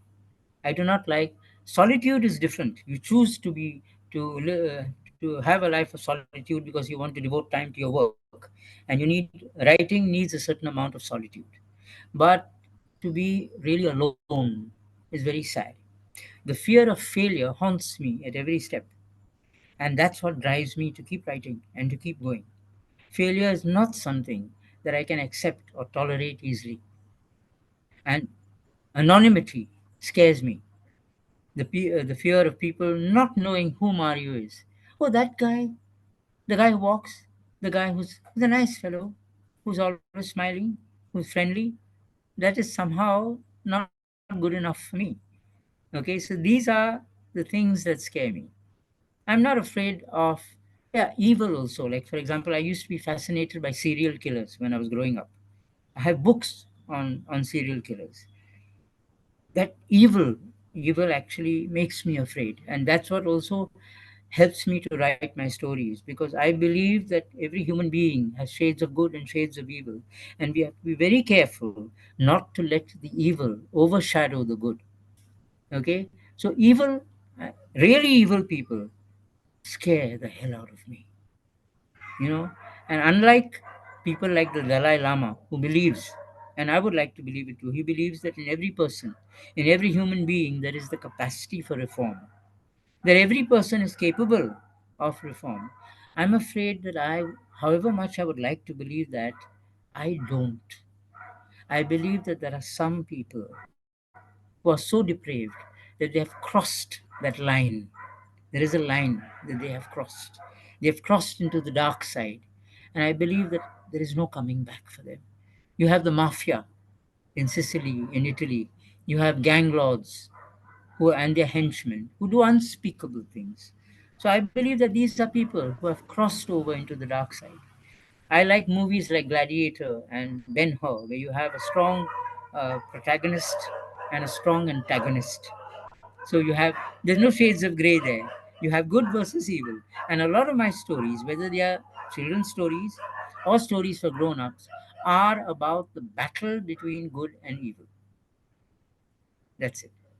Yes, sir. Thank you, sir. Thank you very much for sharing all of that. It makes a lot, it makes a lot of sense as to understand as to how you begin your writing journey and what gives you that thrill, what scares you, and all of that. That's really very nice. Thank you so much. Do you even get angry? And if yes, what makes you angry? What angers you? I used to have a pretty hot temper when I was younger, okay? And I'm not proud of it. It's not something that is to be proud of. Uh, Now, as I grow older, the things that anger me are, as I told you, people who kind of misuse children, who abuse children. You have things like you read in the papers about rapes or gang rapes, which is something that is unimaginable. That angers me. Okay, you have, as I said, the destruction of Goa, or not just Goa. You have other places in India wherein there's haphazard planning, and in Goa we have they want to cut down trees in the Malay Wildlife Sanctuary. They want to allow the bringing of coal in, the transportation of coal. They want to cut down trees. They want to. There are so many things in Goa that's happening which angers me, and it leaves you a feeling of impotence. The fact that you can do very little because the people who are doing this are the very same people that you have brought to power, that you have elected. So you share the blame. You have brought them to power. You keep voting them into power. Okay? And these same politicians are the ones who are doing all this. And you are responsible. You are responsible. We are responsible. So that feeling of impotence, of helplessness, angers me. It saddens me to see what's been happening here. Even if I may just elaborate, in Panjim, we have this smart city. They call it a smart city project. And you have a whole lot of roads being torn up, roads which were perfectly serviceable. They are being torn up because there's crores of rupees at stake, and they're building new roads. And it's a complete mess. This north part of Goa is in a complete mess. Panjim is in a mess. And that angers me because you see what's happening. You see the corruption here. Goa has become one of the most corrupt states in India. And that angers me and it saddens me. Yes, sir. Yes, sir. I get that. I get that. Yes. When you have love for your motherland, when you have love for the place you stay in, you really like to see it in a very beautiful way, to see it grow, rise, and progress. But when you see it going topsy turvy or things going in an unfair way, that really hurts and Right. angers you to at a certain point. Yes, sir, Right. I get that. Dear sir, when you feel low or down, where do you derive your strength to bounce back like a phoenix? Because I feel there is a phoenix in you that has risen. Every now and then there is a rise in you, and you've been, showing that yes, I am able to survive till this time date, and at this age, being a writer, and your book is being published now. All of that. How do you derive that strength to bounce back after every fall or after Right. every negative situation? Well, I have a strong support in the sense, human beings, my own family. Okay, they are supportive. Friends like Clifford are extremely supportive. Okay, uh, so I do have a core of supporters. Okay, human beings who are there for me. Um, but I think it's my faith in God. I have a very strong faith in God. Uh, I happen to be a Christian, a Catholic, but whether you call it Ram or Allah or Jesus, there is a divine force which I believe in, which I believe takes care of us, and which has great plans for us. And I cannot believe that a God who puts dreams into our heart and who puts the skills into our being will not allow us to see success. So that keeps me going. I know that God has given me the skill to write. He's given me an imagination. He's given me a powerful singing voice. Okay, why will I not be a great singer? Why will I not be a great writer? Doesn't make sense to say it's not going to happen. No, it is. If there is a God who is for you, then you are going to achieve your dreams. You are going to fulfill your dreams. There's no two questions about it. It might take time. It will not happen on your timeline, but it is going to happen. That's what I believe. Thank you for the hope. Many of us out are looking for this hope. It may take some time, but it will happen. Don't give up on your dreams. Continue on your dream. Continue Right. pursuing your dreams. That's really nice, sir. Thank you very much. And as you said, you have your family and friends who stand by you, and your faith in God really helps you to, face every difficult situation or rise up when you feel low. And you also mentioned something. Let me just get that right. You also mentioned this, that you have been blessed and gifted by the Lord with a good voice, with a good set of imagination, and as well as good writing skills. So you have all these beautiful gifts, and then using these gifts, why can't I achieve what I want to? The Lord is with me, and I have my people around, and they Absolutely. are there as my support. Beautiful, sir. Your favorite color you mentioned as orange. Apart from that color, is there any other color that appeals to your eyes? Yeah, yeah. I like bright colors. I like bright colors. Colors like gray depress me. If there's a building, there are buildings in places in Goa like Karanzale, which are actually tall. They are like 6 stories and they are gray in color, and there's not a speck of greenery around. Okay, they are frequented by people with very high incomes, and they're overlooking the river, but they mean nothing to me. The color gray depresses me. Okay, so you give me bright colors, you give me reds, you give me oranges, you give me bright yellows. Okay, you give me the blue of the sea and the blue of the sky. But more than anything else, colors, bright colors, enthuse me. They give me a lot of joy. Because I believe that I am a colorful person. Okay, and it's color that brings a lot of joy into our lives. Yes, sir. Thank you, Yeah. sir. Thank you so much. You brightened up our day with the lovely colors you've mentioned just now. And yes, friends, you have color in your life, and you have the happiness and joy around you, and spread it across the world. Dear sir, when you were in school, which subject attracted you so much, or you were interested in which subject? And if yes, you were interested in a particular subject, what was the reason behind it? Was it the teacher or the love for the subject? Ah, I think it was both. It was always English literature. Okay, English, which kind of I loved the most. There was also French. Okay, there was history. History is fascinating. Not the kind of history that we are manufacturing today, but the history that we learned in school. Okay, so uh, these are subjects that I loved, but primarily English. And it was the stories, of course, that was there, but it was also some of the teachers that I had, like in Dempe College, where I was doing my BA, my Bachelor in Arts. I had wonderful teachers with whom I am in touch with even today. Teachers like Isabel, Ramola Antao, Maggie Lopez, Rabin Pinto. I'd like to mention them. These are teachers who, uh, instilled in me a love for literature. Okay, they were fascinating teachers, and I got a lot of my passion for writing and for literature came from them. So I owe a lot to these teachers. Okay, and to the books that I read. As I said, my mom would buy me all the books that I wanted, and when I was growing up, it was Enid Blyton, and as I grew older, it was other writers. And I'm particularly fond of crime writers like Michael Connolly. Okay, so these are writers of a very high caliber, and they inspire me a lot. Yes, friends, we go ahead and get to know more about our celebrity and guest. Learning from him, from his experience and wisdom is a blessing.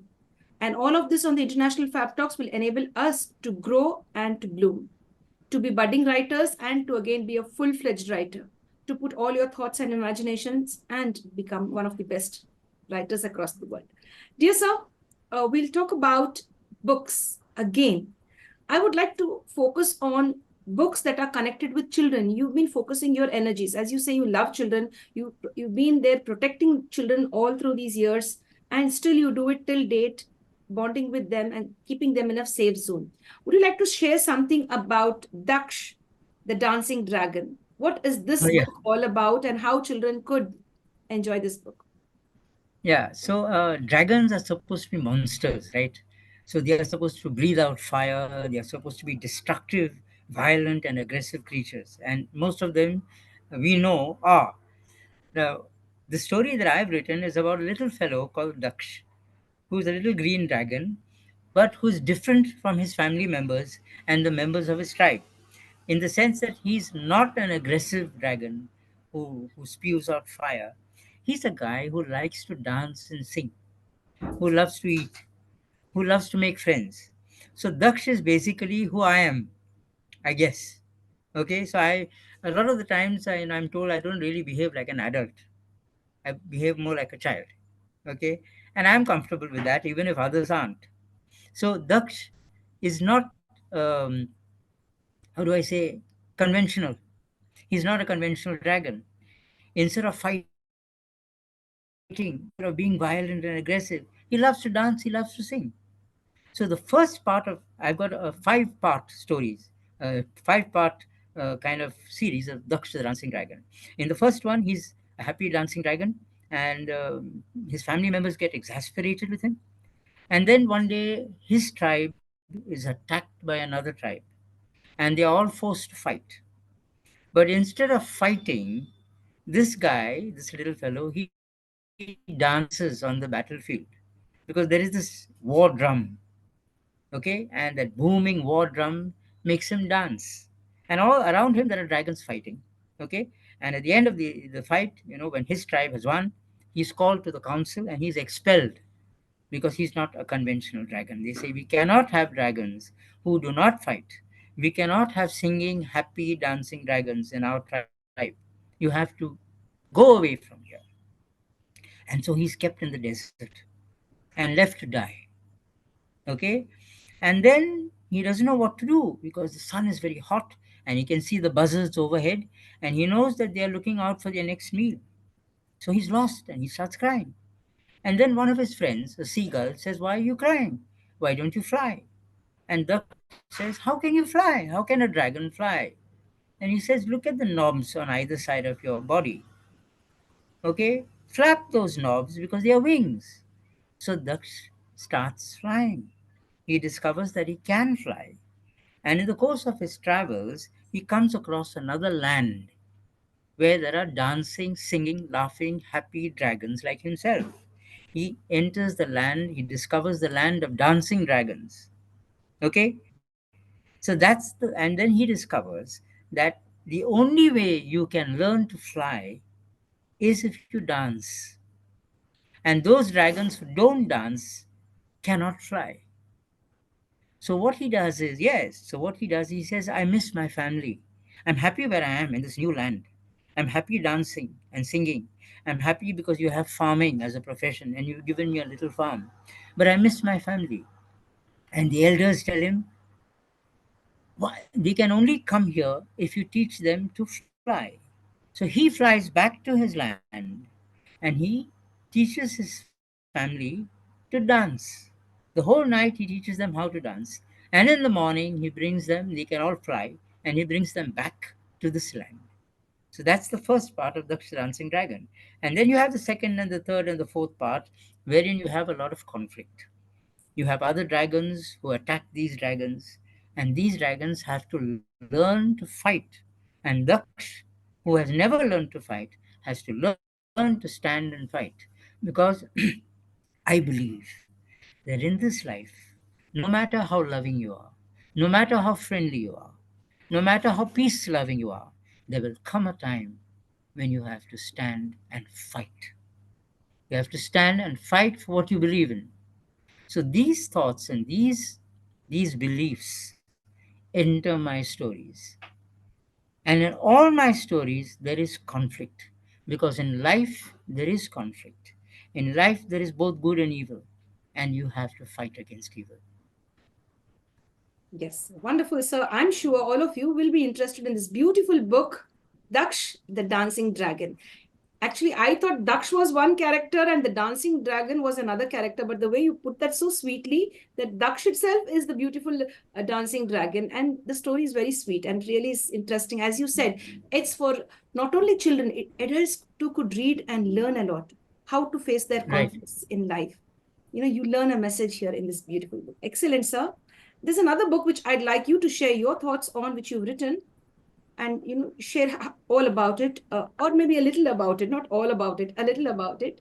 It's called as The Wizard and the Witch. Right, right. The Wizard and the Witch is basically I've been fascinated by stories about magic and wizards and witches. You take Harry Potter for example, J.K. Rowling's Harry Potter. It's fascinating. The characters and the situations that she's conjured up. She's extraordinary. I hope to be able to be as good as her someday.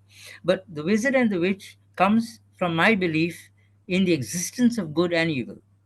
So you have a witch who is evil, and you have a wizard who is good, and you have the fight between the two of them. Okay, and one of them has to prevail in the end. So I have this story, The Wizard and the Witch, in three parts. In the first part, you have a witch called Zara and a wizard called Zubin. And in the second and third parts, you have their grandchildren coming into the picture. Okay, and the story continues. You have their successors or their descendants continuing the fight. So this story of the wizard and the witch is all about good versus evil, and most of my stories are about the virtue of goodness and the quality of evil fighting against each other. My dear friends, you've got to know the meaning now of wizard and witch. That is homework for all of you. You do your homework, find out the meaning of wizard and witch, and then you'll go deep into that and get interested in that book. We're not going to let out the secret. Now, those of you who find this word new, get to know about it, research a little, Google about it, and buy the book too. It's a lovely one and interesting to get to know about the good and evil in our own selves, in the people around us. Yes. So lovely, sir. There's another beautiful book which I'd like to focus on. If you give me a moment, like I just check this out. Like it's The Adventures of Dimple Barbosa. Yeah, I really Yes. like this, Dimple Barbosa. It's really something unique, the name. Would you like to share a bit, or you like give us a hint about this Yeah, book? yeah. Dimple is a girl who's from Goa. Okay, because I live in Goa. So she is a young girl who is uh, what do they call it? She's very clever. She's very clever for her age. Okay, she reads a lot, and she's highly intelligent. She also learns martial arts. She attends voice training classes. She learns to play the guitar. Okay, and she is a person who attracts good because she is herself good.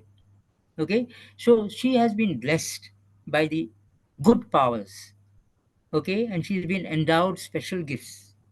But because she's such a good person, she also attracts evil. So evil wants to fight, wants to combat what is good. So the adventures of Dimple Barbosa is all about Dimple fighting with ghosts, with vampires, you know, and with all kinds of creatures who have come to wreak to wage war in this world, evil people, and she stands for the good. She has a cousin called Rohan. So you have the first story called The House at the End of the Lane. You have the second story, which I spoke about, called The Legend of Captain Barbosa, wherein she has to fight against ghosts. And so you have part 3, part 4, and part 5. And the last one that I've written is The Smiling Bones, which is going to be my next book. The Smiling Bones, Tales of a Darker Night. So Yeah. these stories are all about Dimple and the wars that she has to wage against the forces of evil. No, when you say smiling bones, that's so, it seems funny. As I earlier mentioned, I find it something funny too. But then again, I think there must be some seriousness in that. Yes, Person I'm in the afraid so. I'm coffin, afraid. the bones, and all. I don't know what I'm thinking and conjuring up something in my head. What could it Understood. be? If you just can Understood. give us a little hint, sir. Just a It's a little skeleton. hint. Yeah, the Smiling Bones is a skeleton. A skeleton. So it's a scary tale. It's a tale set in Goa. It's a scary tale, and it's got a lot of darkness in it. But it's also a story for children above the age of, say, 11, 12, 13, 14. And it's a story that grown ups would like to read. It's very realistic. And at the same time, it has a ghost and it has a wizard. Okay, so that's hopefully that's going to be the title of my next book, The Smiling Bones. Yes, we'll keep that a secret. We'll keep it under wraps. And once it's out, definitely again, sir, you will be back on the International Fab Talks. We will just celebrate the success of that book too, as we Okay. are celebrating the success of a special book, Moonlight and Shadow, today on the International Fab Talks. And to get to know about the life of this great person who's been putting up lots of hard work, lots of passion, putting up his thoughts. It could be imaginary, it could be real, mixed together, put down on pen and paper, and then transforming it into a beautiful book, publishing it for us to lay our hands on it. That's really nice. Dear sir, till date, you've what is it that you feel you've accomplished and say, wow, this I accomplished, this is what I did, and it makes me feel great? The wow accomplishment. There are a few. One of the things is this book, of course, that I brought, that I've published. The story that I've published in the HarperCollins flipped anthology. All the stories that I have written, whether they have been published or not, whether they have been read yet or not, these are accomplishments in themselves. Okay, so I don't look at the fact that these have not been published. I say they have not yet been published. The difference is in the word yet. Yes. I don't look at the fact that my singing, I haven't come out with an album, okay, of songs. It will happen. Okay, so the thing is, these are accomplishments because, and the plays that I've acted in. There are, some of the plays that I've acted in. I remember I have been a good actor in some of those plays, and I'm proud of that. Okay, I'm proud of the plays that I've acted in. The fact that people have come up to me and said, "Oh, you were really good." I remember in this play called Godspell, which is a musical. I took part in it, and I was the oldest member of the cast. You had all youngsters there, and I did not have. It's a musical, but I did not get to sing a single song. I did not get to say a single word. It was just mimicry because I came in 10 days late. So the singers had already been chosen, the lines had already been given, and I just had to act without saying a single word or singing a single line. And then one day at a wedding, this man comes up to me and he says, You, You are the one who've acted in God's will. Do you know, he says, you are the most professional person of them all. And I said, me? But I didn't sing. And I didn't say a word. He said, no, no, I could see the difference. You were great, he said.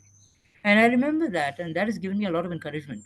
That here, a total stranger comes up to me at a wedding reception, and he says, I singled you out in this play. And I said, but I haven't spoken, I haven't sung. And he said, doesn't matter. So yes, I'm proud of that. I'm happy rather than I'm happy and I'm proud. As I said, these talents are gifts. It's not something that you can, kind of, you can be proud because you utilize them. But you can't say, I did it. No, you didn't. God gave it to you. Yes, sir. Thank you, sir, for sharing. Thank you very much. That's really very nice. Thank you. You've accomplished a lot. And it really gives us satisfaction when people recognize our talent and respect us for who we are and what we've offered and shared with the society. Right. Dear sir, you would like to share a favorite quote or a quotation now. I would like to ask, have you written something of your own or you'd like to quote from somewhere? Yeah, I would prefer to quote from somewhere. There is this saying from Shakespeare's play Hamlet, which resonates a lot with me and which has been the keystone of my life. And it is this: uh, this above all, to thine own self be true, and it must follow as the night the day. Thou canst not then be false to any man. So this quote says, you have to be true to yourself, and if you are, then your life is fine. You are right with the world and with other people because you have been true to yourself. So that's one quotation that I like. And the other one is this: if a man does not keep pace with his companions, perhaps he hears a different drummer. Let him step to the music he hears, however near or far away. That's another quotation that says, um, you don't have to you don't have to fall in line with everyone else. Each of us has a drum beat in our own heads. And my drum beat is different from yours, and yours is different from someone else's. So it's not like that we all have to conform. No, we have been given individual traits and gifts and qualities, and we have to be true to that, to the essence of who we are. And don't try to conform to this world or to people around you. These are the two quotations that resonate with me. Very true, sir. Thank you so much for sharing so many quotes with us. The first one is really nice, and the others too. To thine own self be true. Be true to Yeah, yourself. Even you may lie to others, you may conceal things from others, but you know who you are. You know what's happening within and around you. So that's a nice one. To thine own self be true. And yes, I really like that because I read those lines 3 to 4 years ago, and you brought back memories of that beautiful those lines that's of William Shakespeare. Yes, sir. Dear sir, we talk about now mental health. What impact has mental health with regard to people in India and abroad? Let's talk not only of India, across the world. Are we all ready to give importance to mental health? We have a fever, we burn ourselves, maybe we have burnt our finger, we rush up and get medicine and we take care of it very well. But at the same time, when something's hurting us inside, which is invisible, right. you know, shall we speak today on this platform with you Right. regarding mental health? What is your sir, take on this question as to how would you put your thoughts on this? Okay. Sure. Actually, there is someone who would be far more qualified than I to speak on this subject, and that's my daughter, Rebecca, who's done her MSc in psychology. Okay, so she's a counselor. But I've been observing her also, and I myself have gone through bouts of depression. When I've had this writer's block, when I've had this question that has kept cropping up in my mind: what's the use of writing? What's the point? And that's a very dangerous question. And I would advise other people, not just writers, but all people who are into business or have their jobs or anything else, not to let this question enter your mind. what's the use? It's a terrible question. It will affect you. You have to believe that what you are doing is of value. You have to believe that what you are doing is of value not only to yourself, but to the society around. Without that belief, you will at times become depressed. And depression is normal, but you can get into, uh, sadness is normal, but sometimes you get into a pit that you find it difficult to come out of. So mental health, as my own daughter would tell me, and which I know and I know of already, is of utmost importance. People, as you said, they lay a lot of emphasis on physical health, but very few people take the help of counselors, psychologists, therapists, or even psychiatrists if necessary. And I think that that's very important. And I think that there should not be any stigma attached to it. There's no shame in saying, I need professional help and I am going to seek it. I think it's extremely important. If your body is not well, you go to a doctor. If your mind is giving you trouble, your emotions, why not go to a counselor? You need healing in body, mind, and spirit. You should seek help.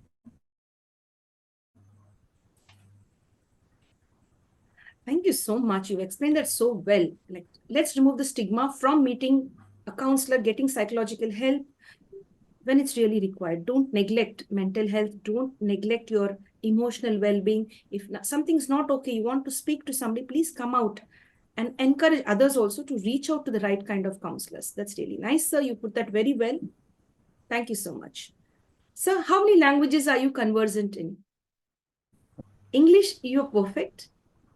And is it Konkani too? Oh, yeah, we speak Konkani. Oh, that's Okay. Um, so Sorry, what was the question? the language. How many languages are you conversant in? How many languages you could speak and leave alone writing? Only just speaking. How many languages could you just understand and speak as well? Okay, I am most comfortable with English. I also speak Konkani because I am a Goan and I live in Goa. I speak a little bit of Hindi, but my Hindi is not really very good. But I'm compelled to speak Hindi with a lot of people whom I know, with my maid, with the shopkeepers downstairs, and so many others. That I remember my days watching Rajesh Khanna movies and then Amitabh Bachchan, and all these others. So I learned a lot from the Hindi movies. But my Hindi still makes a lot of people laugh. You know, but I can speak Hindi. I can speak a little bit of Portuguese. So these are the languages that I speak. But I'm most comfortable in English and to a certain extent in Konkani. Yes. So English, Hindi, Portuguese, Konkani, all of Yeah. them. That's really nice, sir. Sir थोड़ा सा हिंदी में बात करेंगे. हम सुनना चाहेंगे आपका हिंदी, क्योंकि हमारा हिंदी भी उतना शुद्ध नहीं है.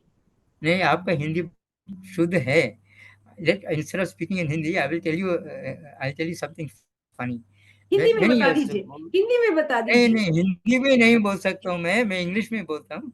When we had two maids, there were two sisters-in-law who had come to work in our place, two young ones, and they were very enthusiastic. So they asked me, sir, my wife was not there, अभी क्या काम करना है? So I said, we had to fry fish. So I was looking in my mind, searching in my mind, what is the Hindi word for fish? I said, yeah, I got it. अभी I said, मच्छर fry करना है. Instead of saying मछली, I said, you have to fry mosquitoes, मच्छर fry करना है. And they burst out laughing, and they laughed, and they laughed, and they laughed. And then they kept a straight face and said, हाँ sir, हम मच्छर fry करेंगे. Okay? And then they fried fish. And then after that, they said, साहब अभी क्या करना है? I said, okay, now what do they have to do? They have to sweep the floor. Now I said, what is the meaning of sweep the floor? अभी I said, झाड़ू करना है. Instead of saying jadoo, instead of saying, instead of, I said, jadoo karna hai. You have to make magic. Instead of saying, jadoo mana hai, jadoo mana, I said, jadoo karna. And they laughed and laughed and laughed and laughed. They understood what I was saying and they swept the floor. And from that time onwards, they were my best friends. They loved the fact that I couldn't speak Hindi at all, that I was really terrible at speaking Hindi. They found it funny and they liked me the better for it. Okay, so this is the experience that I share with languages. Yes, that's really nice. Uh, मच्छर को fry करेंगे और जादू करेंगे. That's really nice. But I guess now you've mastered the language a lot. Yes, sir. No, no, I haven't mastered the language. Don't let me speak in Hindi, please. Yeah. ठीक है sir. ठीक है sir, छोटी सी गाना हो जाए हिंदी में. आपने कहा राजेश खन्ना और अमिताभ बच्चन के पिक्चर्स देखे थे, आप सिनेमा देखे थे, तो छोटी सी गाना हिंदी में, फेवरेट हिंदी गाना. गीत गाता हूँ मैं, गीत गाता हूँ मैं, गुनगुनाता हूँ मैं। मैंने हंसने मैंने हंसने का वादा किया था कभी, इसलिए I can't remember the rest. कभी हम इसलिए हम I can't remember the rest, but this is that song that I remember but from this movie called Lal Patthar. but you इसलिए have that. अब या इसलिए अब तथा मुस्कुराता हूँ मैं, इसलिए अब तथा मुस्कुराता हूँ मैं। गीत गाता हूँ मैं, गुनगुनाता हूँ मैं। मैंने हंसने का वादा किया था कभी, इसलिए अब तथा मुस्कुराता हूँ मैं, इसलिए अब तथा मुस्कुराता हूँ मैं। Wonderful, This is what wonderful. I can remember. Superb, superb. Hats off to you. That's Yeah, really thank you. nice. Great.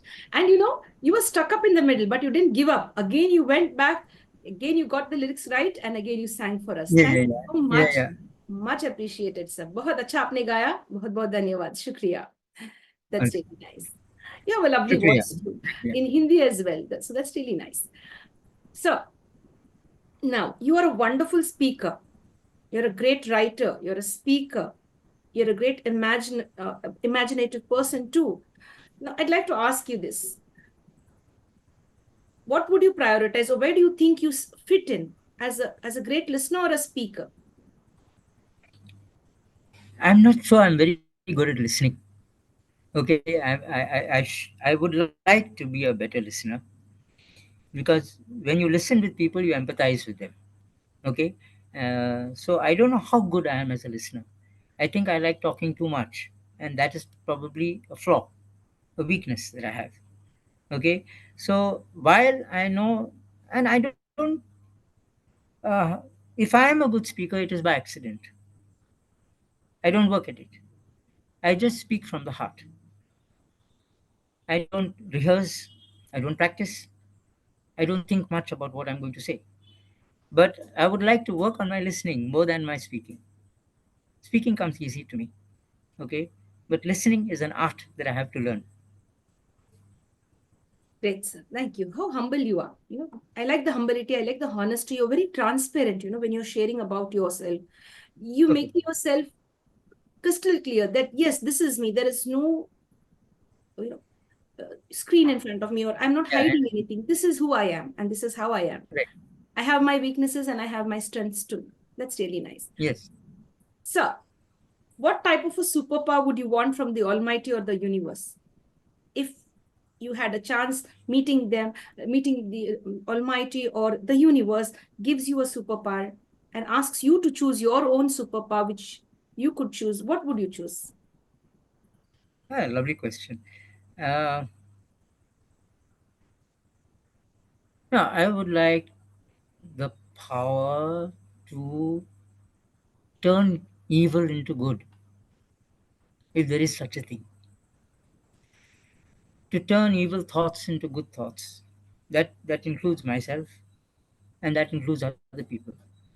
I would like power to do away with corruption in our state, corruption in our country, because it is corruption which comes from within, the greed, the ambition, the desire for more and more money.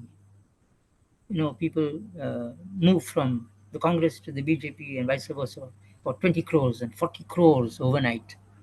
That kind of corruption, the power to do away with that, I would love that power.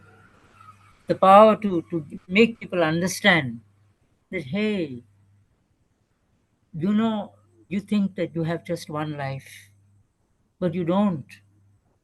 You are answerable to the universe. You are answerable to the divine. You are answerable for everything that you do, and you'd better be aware of it. You know, that kind of power I wish I had, to change people's minds, to make them understand that all this is futile. Getting 40 crores overnight, becoming a mantri, and occupying this great post. You are here today and you're gone tomorrow. You are like a leaf in the wind. You're just blown off. You don't know when your time will come. And all this finally will cease to matter. Yes, sir. You said winning, want to have that superpower to enable us to win over evil, to overcome corruption. Yes. Thank you. That's really nice. It's a beautiful way. If we have that superpower, we could bring magic into this world and transform the world once and for all. Yes, sir. Dear sir, Absolutely. if you were given a chance to relive somebody's life, imagine this to be a project. You have a time machine in hand. Just at the click of a button that takes you into the past era, you have to relive somebody's life and come back. Whose life you would love to relive?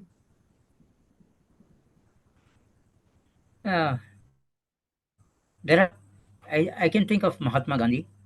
I can think of Nelson Mandela. These are people whom I look up to. Okay.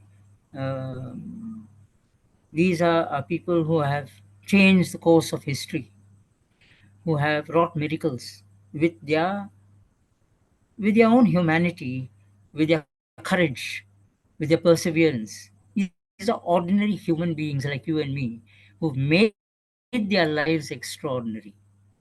So these people inspire me. Okay, people like Mahatma Gandhi, people like Nelson Mandela. There are other luminaries. Okay, but more than scientists, more than writers, it's people like this. Now Nelson Mandela became a politician, but the activists of this world, I think God must be having a special love for activists, because they do it without hope of any personal benefit. On the contrary, they lose a lot. They lose their freedom. They are imprisoned now in Iran. There are so many women, in Tehran, who, without that, they dare to not wear the scarf, and they're imprisoned. I can't remember their names. These are women who have tremendous courage. So these women inspire me. I'm amazed at the fact that they can court imprisonment and torture. It's horrible. The things that men can do to men and men can do to women. But they go to prison. They allow themselves to be arrested, and when they come out, they do it all over again. This kind of courage I don't have. This kind of courage I will not be able to have in 1,000 years. The courage of these women, the courage of Mahatma Gandhi or a Nelson Mandela. If I had to come back, I would like to be one of these people. More than a writer, more than anything else, more than a singer. That's really nice. There we find the real Mario, who's really very honest on this. He says, more than a writer, more than a singer, more than anything else, I'd love to inspire people, to touch people's lives and expect Correct. nothing in return. And I'll do it again and again for the benefit of mankind. Yes, sir, that's really nice. A great way to share your thoughts on that question. So, one main question now with regard to forgiving people. What is your take on forgiveness? How would you explain that? Uh, Whatever religion you belong to, or even if you're an atheist or an agnostic, forgiveness is indispensable. Forgiveness is not easy. There are people who hurt us time and time again. Some are within the family, some could be friends. Your own friends can betray you. Okay? It can be somebody you're very close to, it can be a stranger. We get hurt time and time again. We in turn hurt others wittingly or unwittingly. Without the key component of forgiveness, you cannot progress. If you are a spiritual seeker, if you are a seeker for the divine, if you are an unforgiving person, you cannot get from A to even B. You cannot go further. You are stuck. And forgiveness is something that we all have to work at. It requires constant work. It's not easy. People say, I forgive, but I cannot forget. Yes, you must try to forget. And the best way I know to forgive is to simply surrender it to God and say, look here, I'm incapable of forgiving this hurt. I'm incapable of forgiving this person. Will you please help me? But without forgiveness, we cannot go ahead. We remain where we are. And we do harm to ourselves, to our bodies, and to our psyches. We harm ourselves more than the other person. Yes. A beautiful explanation to that with regard to forgiving others. Wonderful, sir. If I were to ask you on a scale of 1 to 10, how much would you rate yourself with regard to forgiving others? Maybe 7 or 8. Yes, very fair. Yes. So, one main question, one last main question, and then we go with the rapid fire round. Constructive criticism. How should one take it? Or what is your take on this constructive criticism? Constructive criticism is of the utmost importance. If you have friends who just flatter you, who say, you're a great guy, you're a wonderful writer, everything is perfect, there's nothing wrong with you, there's nothing wrong with the story, there's nothing wrong with this book, it's not helpful to you, it's not helpful to your growth, it's not helpful to your relationship. You need friends or strangers who are honest with you and who will tell you, this, this is good, this is not good.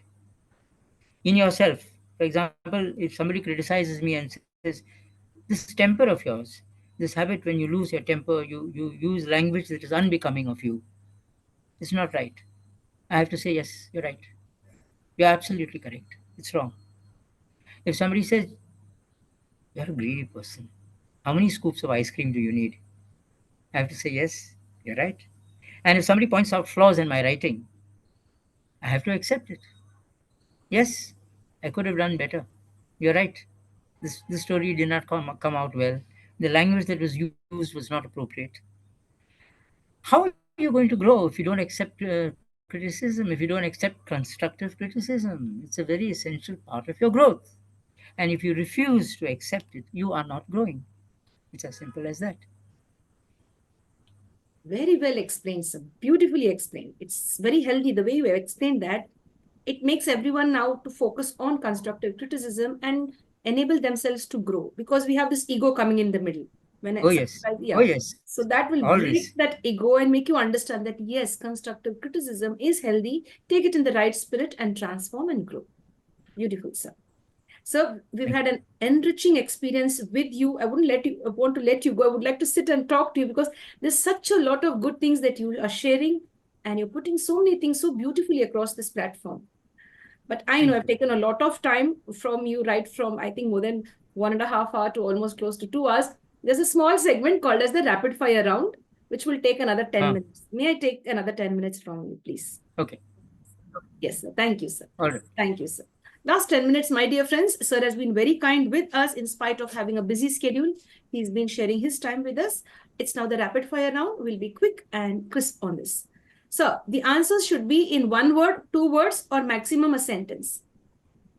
Yes, sir. Yeah. Mhm. My dear friends, join me now to get to know about the likes and dislikes of our celebrity and guest, Mr. Mario Coelho. Am I getting that right, sir?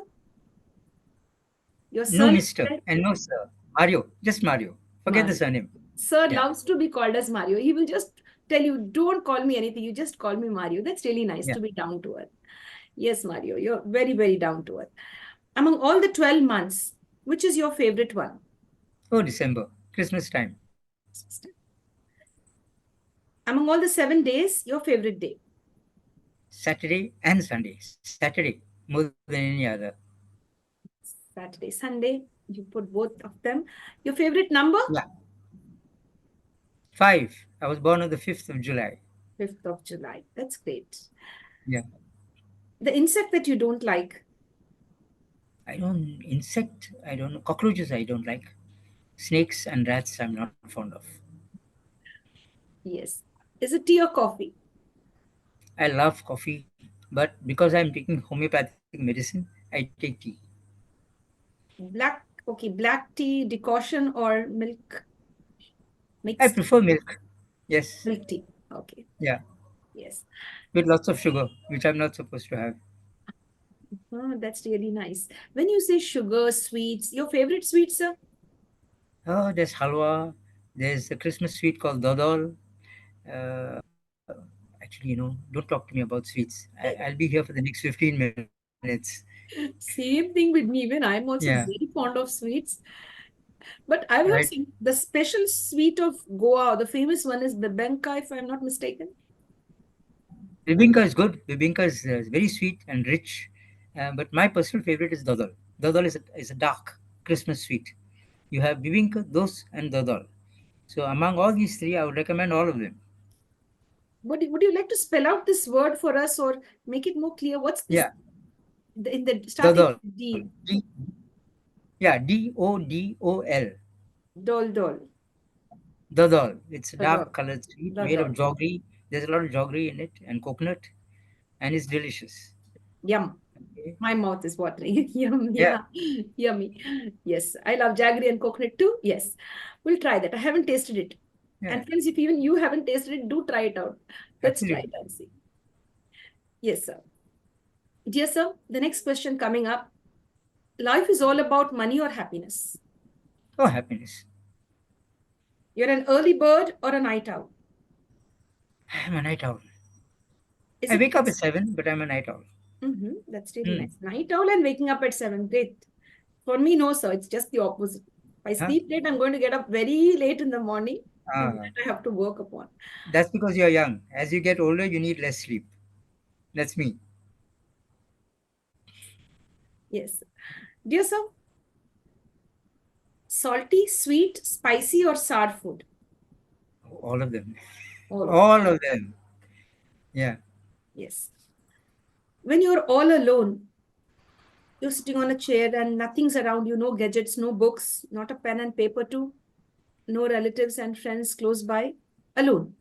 You're connected to your thoughts. Where do you think your thoughts will take you to? The past, present, or future? Connect you with. Mm, it will connect me to the future. I used to dwell on the past. I don't do that now. I think of the future, and I also, my stories keep coming into my head. So there's a lot of fantasy there. Yes, that's really nice. You're gifted with super imagination, imaginative powers. That's really nice. So, you like socializing or me time? Both actually. I'm comfortable with being by myself, but I like being in the company of people who I'm close to. I don't like crowds. I don't like crowds. That's a beautiful way to put that.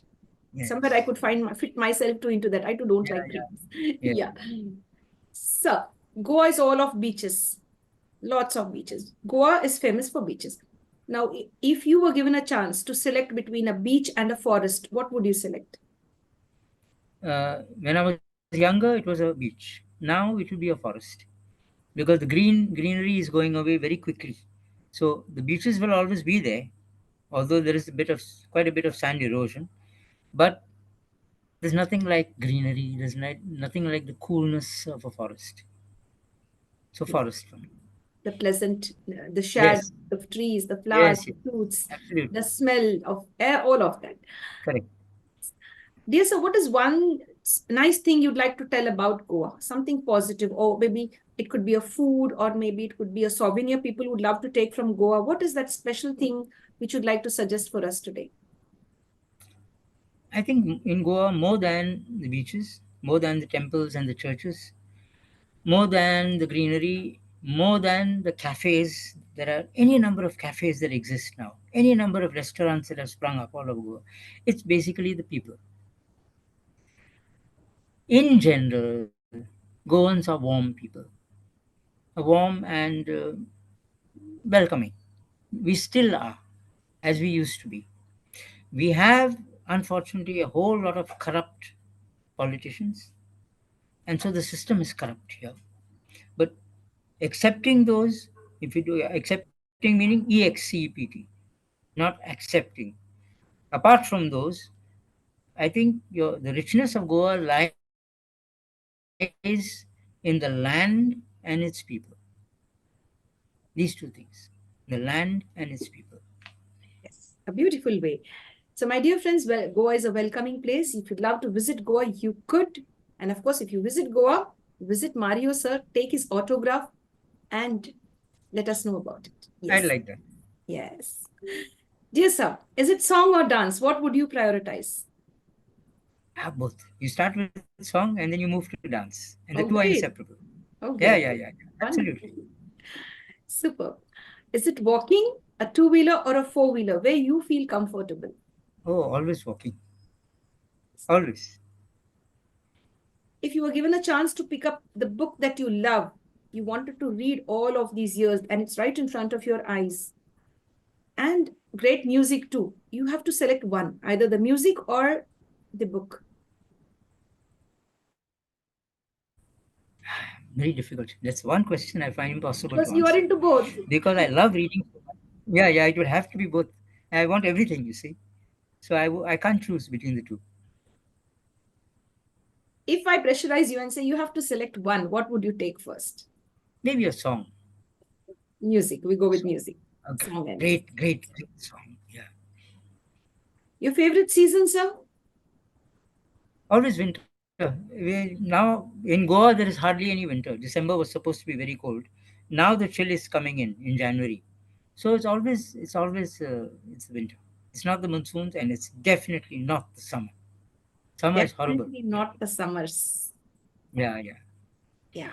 Somewhat, somewhat like, I connect with you. I don't even like the summers. If it is winter Yes. right through all the 12 months, I'm okay. But if it is summer, I somehow Yes. don't like it. It's definitely not the summers. But there are people who love summer. Recently I interviewed one person from Chennai and I asked the same question. Sir, what's your I favorite season? He said summer. I said, sir, in Chennai and you like summer? He said, yes. yeah, I can't understand it. I was like shocked. We can't Yes, keep our because you foot can't move, down. you can't walk, you can't do anything. When Yes, you walk, you're no longer an express. You have to, it's terrible. It's terrible. yes, very true, very true. You love to stay in a village, a city, or a town. Actually, a village is really good, except that your amenities are not there close by. So if you're staying in a village, but there is a town where you can go to at a moment's notice, that would be better. Yes. So, is it the roadways, railways, waterways, or airways? Tough question. Airways because it's quicker. Roadways because it's more adventurous. Roadways, no, I don't like traveling by bus long distance. Train journey is good. A train journey is good. You know, yeah, you meet people. You meet people. That's the main thing. You make friends. So I will go with the train journey. Yeah. Again, there's a lot of connection here. Even I love the Yeah, train journeys, not the bus. Long distance bus is too terrible. They yeah. won't even stop, if Yes, you want them to absolutely. stop, like for nature's call or whatever it could be, they will No, not stop. absolutely. I know you suffer a That's lot. true. Terrible. Yes. A beautiful day in just one word. Gorgeous. Gorgeous. That's really nice. When you help others, do you ever expect anything in return, like a smile on their face, a happy look on their face, or maybe a look of satisfaction in their eyes, or maybe hug too? When you help others, you help somebody because there is a need. If you get a smile back or a thank you, that's great because gratitude is a key component of everything. Without gratitude, we are nowhere. But if people don't thank you, too bad. There is a need, you filled it, that's fine. Yes. Apart from being all of these writer, an actor, a singer, a great human being, a person connected with children, connected with child's rights and protection of children across the world, all of these. Have you ever given thought to this beautiful life skill, cooking? Did that ever Ah, come and click in your mind? Yeah, I have to learn cooking too. Do you? yes, I'm ashamed of the fact that I don't know cooking. So Okay, sweet I of you. wish, You yeah, said yeah, I that. wish I had learned, and I have no excuse to offer. I have absolutely no excuse to offer because I love to eat. So what has stopped me from learning to cook? Okay, so I have no excuses. I don't have any excuses. I wish I had learned to cook. And I personally feel that not only girls, but every son has to be taught basic cooking skills. Before you teach him martial arts or her, before you teach them music or anything else, cooking is an essential skill for everybody. Because today you have a couple, both of whom are working, both come home, they're tired. So it's not like you're a woman, you have to cook. No. If I know cooking and I can cook better than you, and it's not so much, it's not a chore, let me do the cooking. So I'm ashamed of the fact that I don't know how to cook. There again, that's me too. Even I'm not a good cook. I'm just only an average cook or maybe below average cook. So I connect with you there too. Okay. I love to eat, but when it comes to cooking, All I right. don't take that much of interest. Yeah. But All yes, right. as you said, we all have to learn this life skill in order to survive. And of course, when you cook food in your own house, you save a lot of money. Yeah. Yes, Absolutely. but as we are talking about food, do you enjoy home cooked food or food ordered from out? Home cooked, always. Swiggy is okay up to a point, Zomato is okay up to a point, but give me home cooked food any day. I love going to a restaurant and having puri bhaji, okay, or having idlis or dosas, but because those things are not made at home. Yes, I get that. But otherwise, home cooked food, there's nothing that can beat that. Very true. Very true, sir. Now, if I were to offer you an apple and a samosa, what would you select? Uh, the apple is healthier. I'm not particularly fond of apples. You give me a mango, I'll take the mango. Oh, I'll place a mango Yeah. and a You give, samosa. What would you choose now? yeah, the mango. Mangoes and peaches. I love those fruits. Okay. Yes. So you believe in experiential learning or theoretical learning? Because you are a writer. So now here's a tough question for you. Is it experience or theoretical learning where you are going to like measure that and give I, us a I think experience more than theoretical learning. Theory can help you only up to a point. You can learn the basics, but unless you actually do it, you practice it, there's no point. very true. Yeah. Very yes. Till today, the best gift you ever received. The gift of two. One is my love for children, and the gift of compassion and empathy.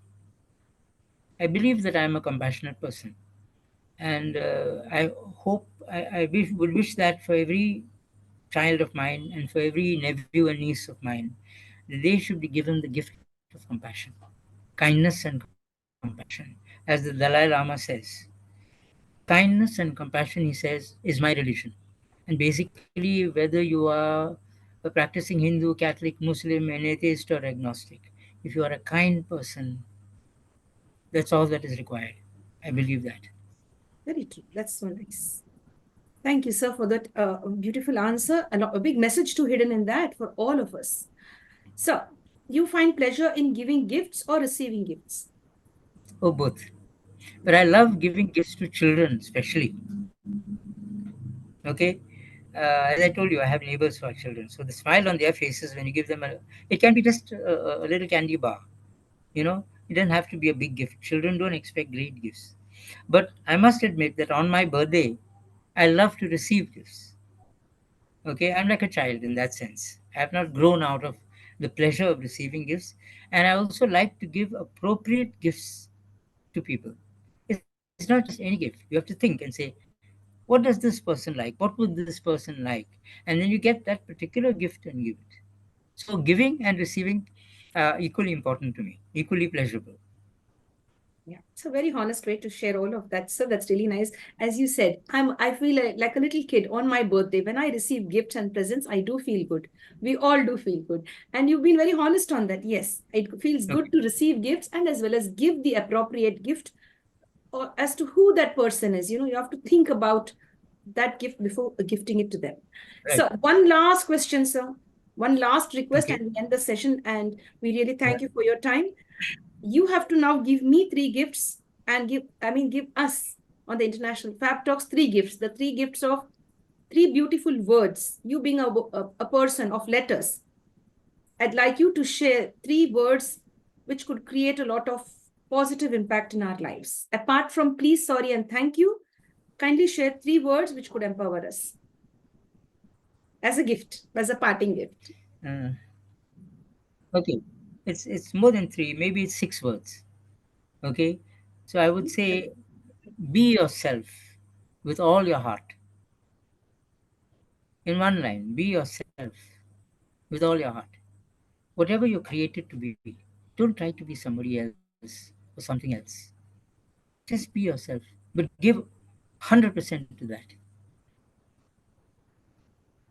Thank you for that beautiful answer, sir. Be yourself and give 100% to that.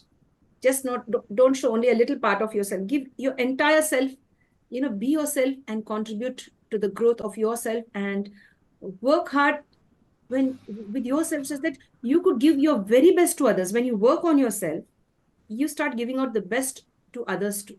Am I Right, right, sir? Did I get that right? right, absolutely, absolutely. Thank you very much, sir, for your time and for all the lovely sharings that you've shared today, all the important topics, the lovely books that you've mentioned. Definitely, we will buy those beautiful books and focus our time to read those books and to get some knowledge and, of course, entertain ourselves. And as especially this book, Moonlight and Shadow, Yeah, because as you explained that very well, it is connected to our own selves. So that yes, it's a book which has 10 stories in that, which you will enjoy, my friends. Do buy this book. We will share the description in the website where this book is available in the description. And if you like what we are doing, please join us on this beautiful journey connecting with unsung heroes and, of course, great people who have a lot to share with us. Join us on the International Fab Talks. Subscribe, like, and share our videos such that it reaches the right kind of people who need to view all of these and learn from it and be inspired. That is the main aim of the International Fab Talks. Stay safe and stay blessed. Thank you, sir. Have a lovely time. thank you very much, Andrea. Thank you so much. Thank you. My dear friends, with this we come to an end. Thank you. Stay safe and stay blessed.